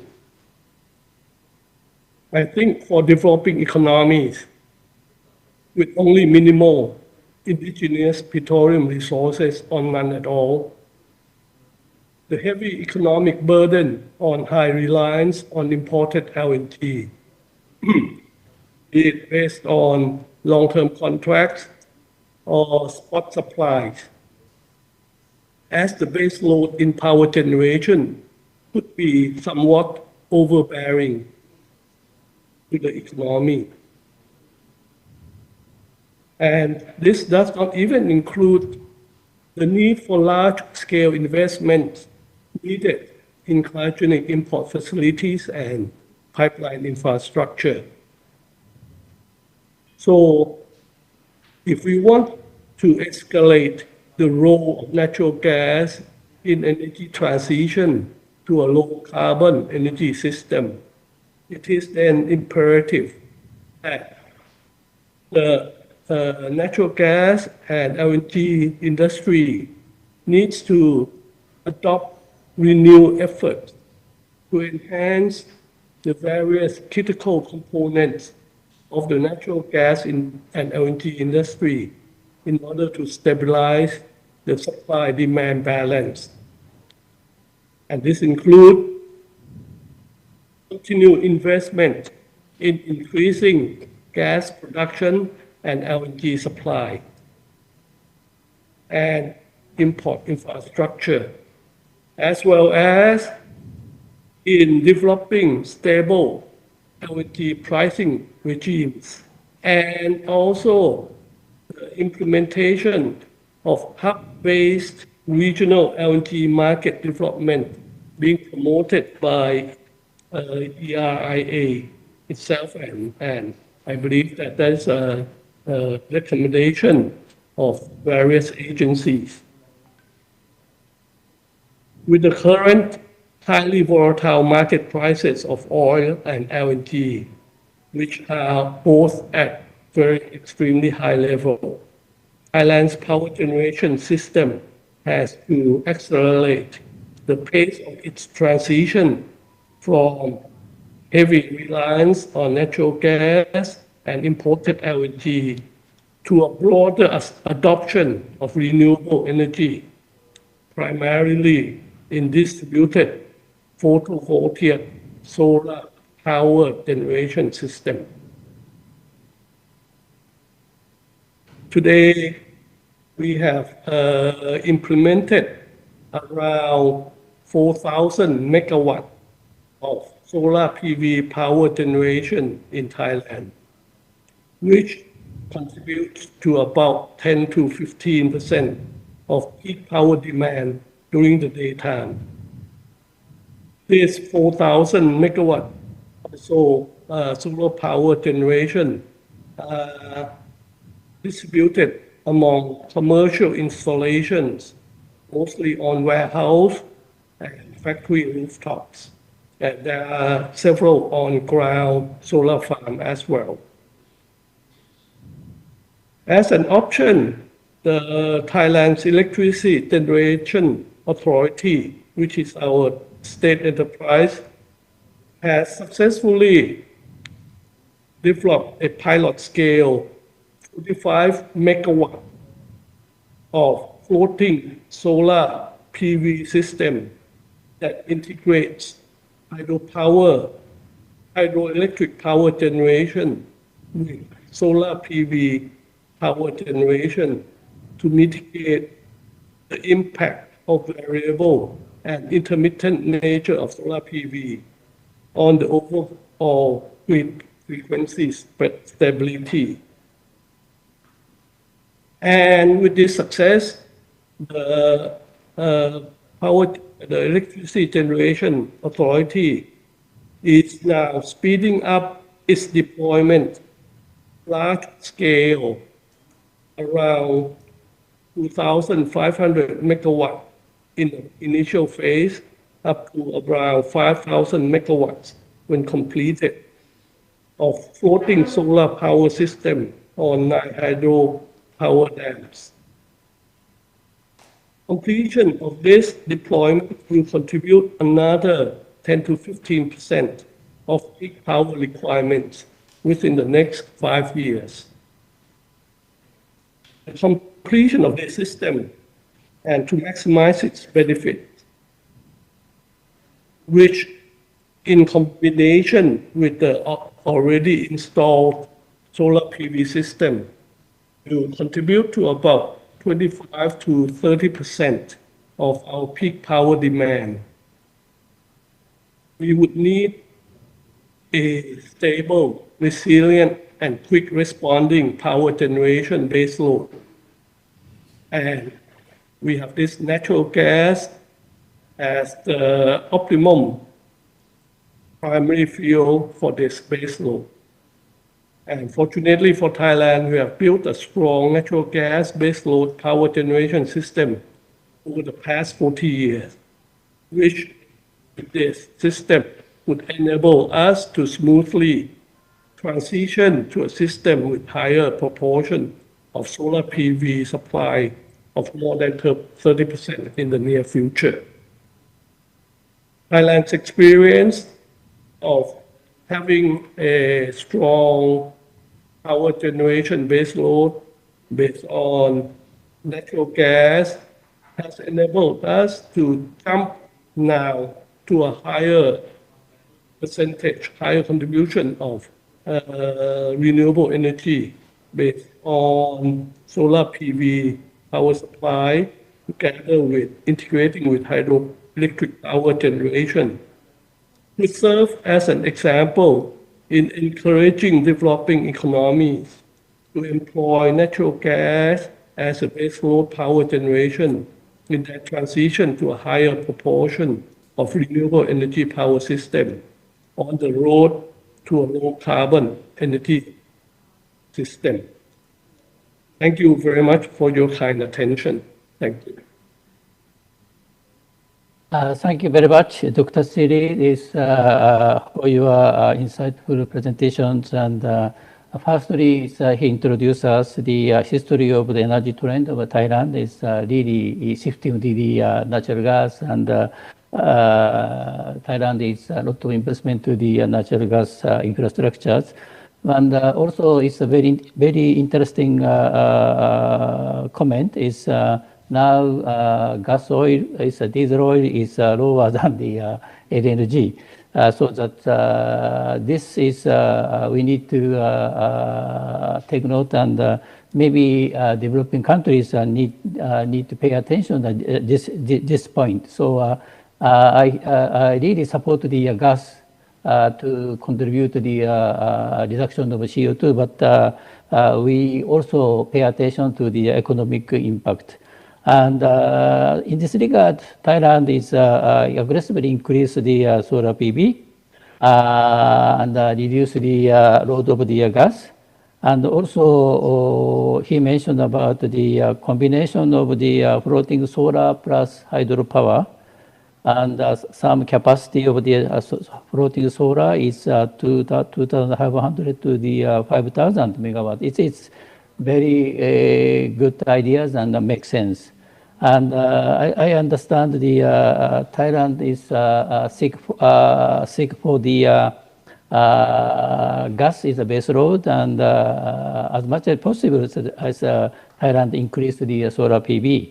That is my summary of the his presentation. And sorry, my poor time management, but I'd like to give the one question to the each panelist. Firstly is Mr. Amot. I have a question to you. Now you mentioned about the also ESG. ESG is a negative impact to the upstream investment to the oil and the gas. So, but now currently world need the gas, especially gas, more gas because of the transitions. So that, but companies or policymakers need to pay attention to the ESG. So how do you make balance the ESG and the upstream investment to the oil and the gas? Thank you. When it comes to ESG and investment in Norway and in the upstream business in Norway, I think there is no lack of capital, at least what we have seen today. But what it might affect is that the capital get more expensive, at least for some part of the industry. We need to pay more to attract the capital needed to invest. And a different part of it, when it comes to the direct effect on investment levels these days, is the cash flow within the industry is so strong with the current market situation. So the reliance on external capital to finance new exploration developments and so on is more limited than in a more normal way. If there is some kind of normal situation in the energy markets with the volatility we need to live in and done historically and will do forward. So I think the main effect will be that capital might be a little more expensive, but the capital will be available. Okay, thank you very much, Mr. Amot. And next question to the Mr. Al-Suwaidi. Now is gas price is currently high, so that it is very good condition for the UAE to increase upstream investment to the gas and the oil. So, but still uncertain to the gas price. So I don't know when it's going down. So how do you think about the current situation? Is a very good situation for the UAE to increase the upstream investment to the gas?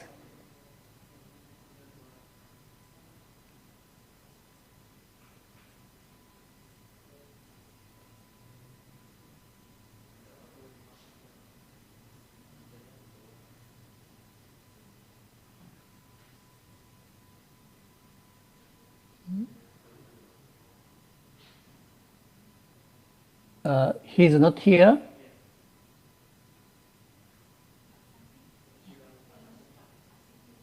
Okay, so that's maybe he will return is a few minutes. So next, so Dmitry, so I have a question to you.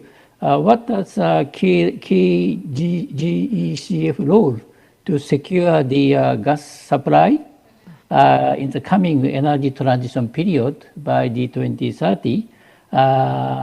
So what is production technologies, and including the clean energy and sufficient gas demand? If gas demand is small, it's not incentive to the increase the gas productions, and also the what is you expected international gas market. So that please answer to me the how GCS consider the appropriate situation for GCF country to increase the gas production. Thank you. Thank you, Kimura Sensei, for this I would like again start with our main message, which we bring to discussion to international forums and conferences. Because again, in GCF, we definitely see that natural gas offer what we call balanced solution, and that world seeks to achieve sustainable development goals. So again, I believe for this year, presidency of in G20 by Indonesia, this should be highlighted. Of course, just in February, our heads of states and government and reaffirm willingness of GCF member countries to develop our resources, natural gas for benefits. And this is very important to highlight, not only for benefit of producers, but also for consumers. So we are very open for the dialogue. Also, we in our activity have a very transparent messaging throughout GCF Global Gas Outlook, and we highlight that by 2050, our forum member countries continue to maintain and expand gas production capacity. So again, this is very strong message. And we expect that our existing member countries, and again, I would like to highlight existing because more and more members are joining GCF. Just recently, we have a privilege to have a Mozambique in the forum. So again, we expect almost half of gas production will be allocated into existing GCF member countries. So again, this plans and developments are also reflected into our flagship publication. Again, today it was already discussed, but I would like to highlight when we talk about the production plans, we need to not only talk about the supply, but we need to talk about the importance of security of demand. There should be transparent, non-discriminatory legal framework and predictable trade, fiscal, environment policy in gas consumption and transit countries. It's very important, and I showed in my first intervention that we definitely see the scenarios which is driven by quite discriminatory policy towards natural gas, which resulted in restrictions of so necessary investments. So again, this should be very carefully. And of course, as usual, we believe that the future in next decade will be quite a strong development of LNG, but with this position of GCF that we look into more long-term contracts to support continued investment, which is again very important as this. And last but not the least, I believe this year is very important to collaborate inside the G20 to discuss the necessity of development, necessary infrastructure. And of course, we understand that still technology and exchange of technology is going to be. So again, we definitely see this webinar and this workshop can maybe initiate more discussion in the upcoming group meetings. So again, in GCF, we are very pleased to be part of this dialogue. And again, thank you for your question. Okay, thank you very much, Dimitris, and in near future we'll have another workshop and discuss about issues raised by you, so that secure demand and new technologies, lot of issues. So I'm very happy to discuss about this issue with you, with the GCF in near future. Thank you very much, Dimitris. And next, I'd like to question to the Mr. Ashwari Rakmat. If global gas price will keep current levels high, Indonesia better to export gas to foreign countries. And if so, Indonesia may not achieve the shutdown of the coal power plant, retirement of the coal power plant due to the insufficient gas supply. So how will PLN is procure the gas for the power generations, or will PLN change mind to continue to use the coal power plant with CCS? How do you think about the current gas price, high price situation, and how do you consider the future perspectives. Thank you very much. Thank you, Kimura-san, for your question. So, at the moment, under the GOI current policy, GOI is, let's say, prioritizing the gas or LNG not only as a commodities, but also as the economic growth driver. So GOI now has set a certain volume as a DMO volume or a domestic market obligation. So at the moment, PLN has sufficient gas or LNG volumes coming from the domestic gas source or domestic LNG liquefaction plant under this DMO volume setting from the government of Indonesia. So in regards of the CCS or CCU, as I discussed previously in my presentations, so PLN now is closely watch this development of technology. And of course, if the technology is more economic sounds and PLN will utilize this technology, since that, as I previous mentions and explained that in the PLN generation fleets right now, around 50% is the coal-fired power plant. Thank you. Okay. Thank you very much, Mr. Ashoharis, for your informative answers. So last but not least, again, Dr. Siri, I have a question to you. Now I understand the Thailand now use the coal for power generation around the 20%. Then in the future, so if you shift to the low carbon, maybe you need to change coal power generation to the gas power generation. So in this case, you need the more gas, but currently its gas price is high, so that you face the high price of the energy price, high energy price. And also the if shift to the gas share will be 80%, its energy supply will be vulnerable.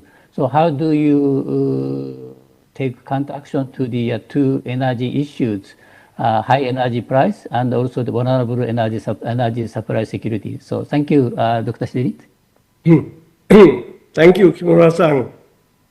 I think you hit on the nail on the head, okay, right on the spot, that recent very high LNG prices has posed a very large burden on Thai power system.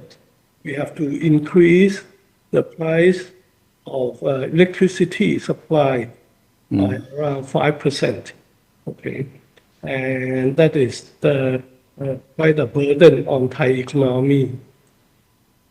In fact, over the past couple of years, we have programmed that to retire a number of coal-fired power plants. But with this current high spot LNG price, high LNG prices, we have actually demothballed one coal-fired power plant and extended the operating life of another coal-fired power plant by another 2 years. So on this subject, we have to actually revitalize coal power generation using coal, okay, just as a safeguard in the event that, okay, one. But our commitment to net zero carbon power generation by 2050 is still a national commitment. So we are now doubling down on investment on more modern approach to photovoltaic system particularly in the floating solar on various hydropower dams, okay, which we have capacity or opportunity to invest up to about 10 to 15,000 megawatt on this kind of system, which will contribute to about 40 to 50% in the next 10 years of power generation in Thailand coming from floating solar system itself. So I think we are jumping ahead, not going back to coal on a permanent basis, but on a longer term, jumping ahead to more renewable energy, higher percentage, okay? But having the necessity of having the natural gas power generation as the base load on that. So we are doing that strategy now. Thank you very much, Dr. Says is for your insightful answers, and I fully agree your answers. Then maybe we missed the Mr. Al-Suwaidi, so that I skipped the question to him. And now I quickly wrap up this particular session. It's gas is a very important transition fuels.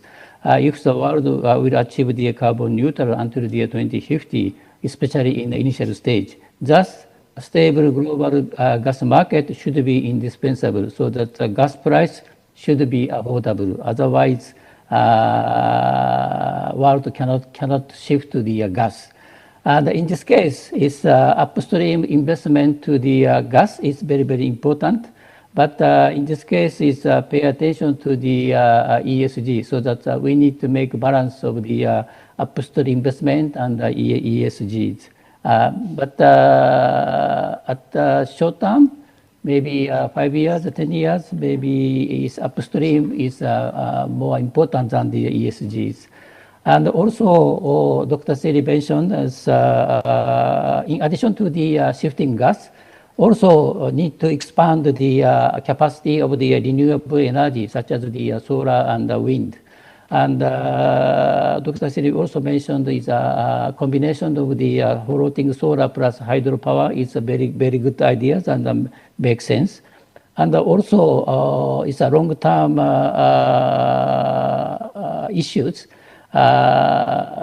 CCS, coal power plant, CCS to the coal power plant, gas power plant, and also the hydrogen, the ammonia is very, very important. But that is will be available in around the after the year 2040 or something. So that in the transition period, we really need the gas, and in this regard, gas market should be stable and need upstream investment and increase of the renewable energies as well as the gas.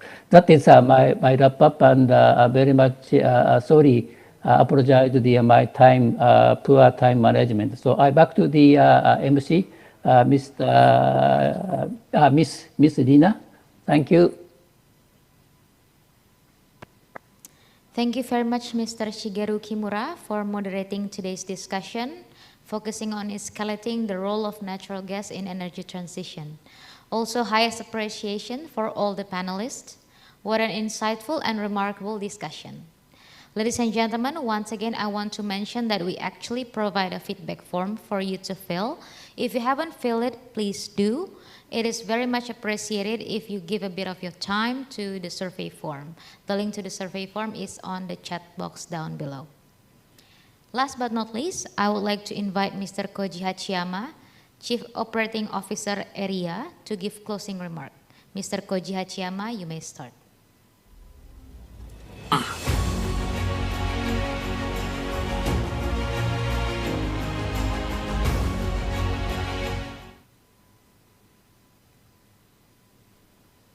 Thank you very much.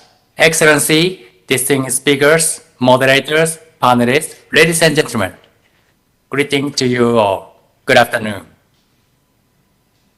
It's my great honor to make closing remarks in this webinar that has addressed the principles, issues, challenges, and possible actions to take in the view of escalating gas roles in energy transitions. This afternoon, the webinar on the critical roles of gas has been an important step that we are taking in our journey of energy transition discussing throughout Indonesian G20 presidency. To the Ministry of Energy and Mineral Resources of Republic of Indonesia, I'd like to convey Area's President greetings and thankfulness for having given to Area the opportunity to taking the role as co-organizer of this very important webinar, as well as webinar that we co-organized last month on the making carbon capture, utilization and storage (CCUS) affordable, enabling CCUS deployment in G20 and beyond. After COP26 held in Glasgow last year, the world starts its movement toward attaining a carbon-neutral society. These targets are to be reached by around the mid of the century. However, carbon neutrality can never be reached in a very short time. We must reduce greenhouse gas emissions year by year, and finally, we would achieve net zero emissions shortly after 2050. The initial stage of clean energy transition period, taking place between 2020 and 2030, should be the period where we reduce greenhouse gas emissions by applying existing and affordable fuel or energy technologies. In this case, natural gas will surely contribute to reduce greenhouse gas emissions through its expanded use. Nevertheless, we are also experiencing some geopolitical tensions nowadays that have increased the price of oil and gas in the global markets and have triggered their volatility. How can we escalate the use of natural gas amid its high prices? This is our real challenge, and this is especially true in the developing countries. We need, therefore, to emphasize the importance of fair value of natural gas to ensure sufficient and timely investment through the entire gas value chain and necessity for equitable risk sharing amongst all gas market stakeholders to sustain the security of demand and supply of natural gas. We need to promote the creation of integrated and transparent gas markets to stabilize gas supply and export. In the developing country, the use of natural gas should also mean fulfillment of global energy needs, improvement of universal access to clean energy, including for cooking, and improvement of energy efficiency and security. Therefore, we need to understand and to emphasize the role of natural gas in the energy transition process. For instance, in the power sector, gas-fired power plants should play important roles in the phasing out of coal power plants and in facilitating penetration of renewable energy, such as solar PV and new energy such as ammonia and hydrogens. We must optimize the role of the different international cooperation schemes for developing countries to increase gas consumption for power generation, such as the Joint Crediting Mechanism, JCM, or through other multilateral financial support from the different corporations or the different financial institutions. In the following period, namely between 2030 and 2040, we need to increase new investment to gas upstream and to seriously prepare to use technology such as CCUS in reducing greenhouse gas emissions. Ladies and gentlemen, we have heard during this webinar how stakeholders are willing to contribute to escalate the role of gas in the energy transition through the different actions and strategies, and how they are ready to collaborate to optimize the use of the limited financial resources. I really hope that ADR, with the networks and stakeholders, will be able to make a continuous contribution in elaborating and formulating the action plan to be taken in the G20 Indonesia's presidency's Sustainable Energy Transition Pillar under the Energy Transition Working Group. We invite all of you, key stakeholders, to join forces, share good practice, and avoid potential markets, thus escalating the role of gas and its affordability. Thank you so much again for your kind participation and valuable inputs in this discussion. I wish you a very nice late afternoon. Thank you very much. Thank you, Mr. Koji Hachiyama, for the closing remarks. Honorable Chair of Energy Transition Working Group, keynote speakers, moderator and panelists, representatives of G20 members, and all participants in today's seminar, we've come to the end of our meeting.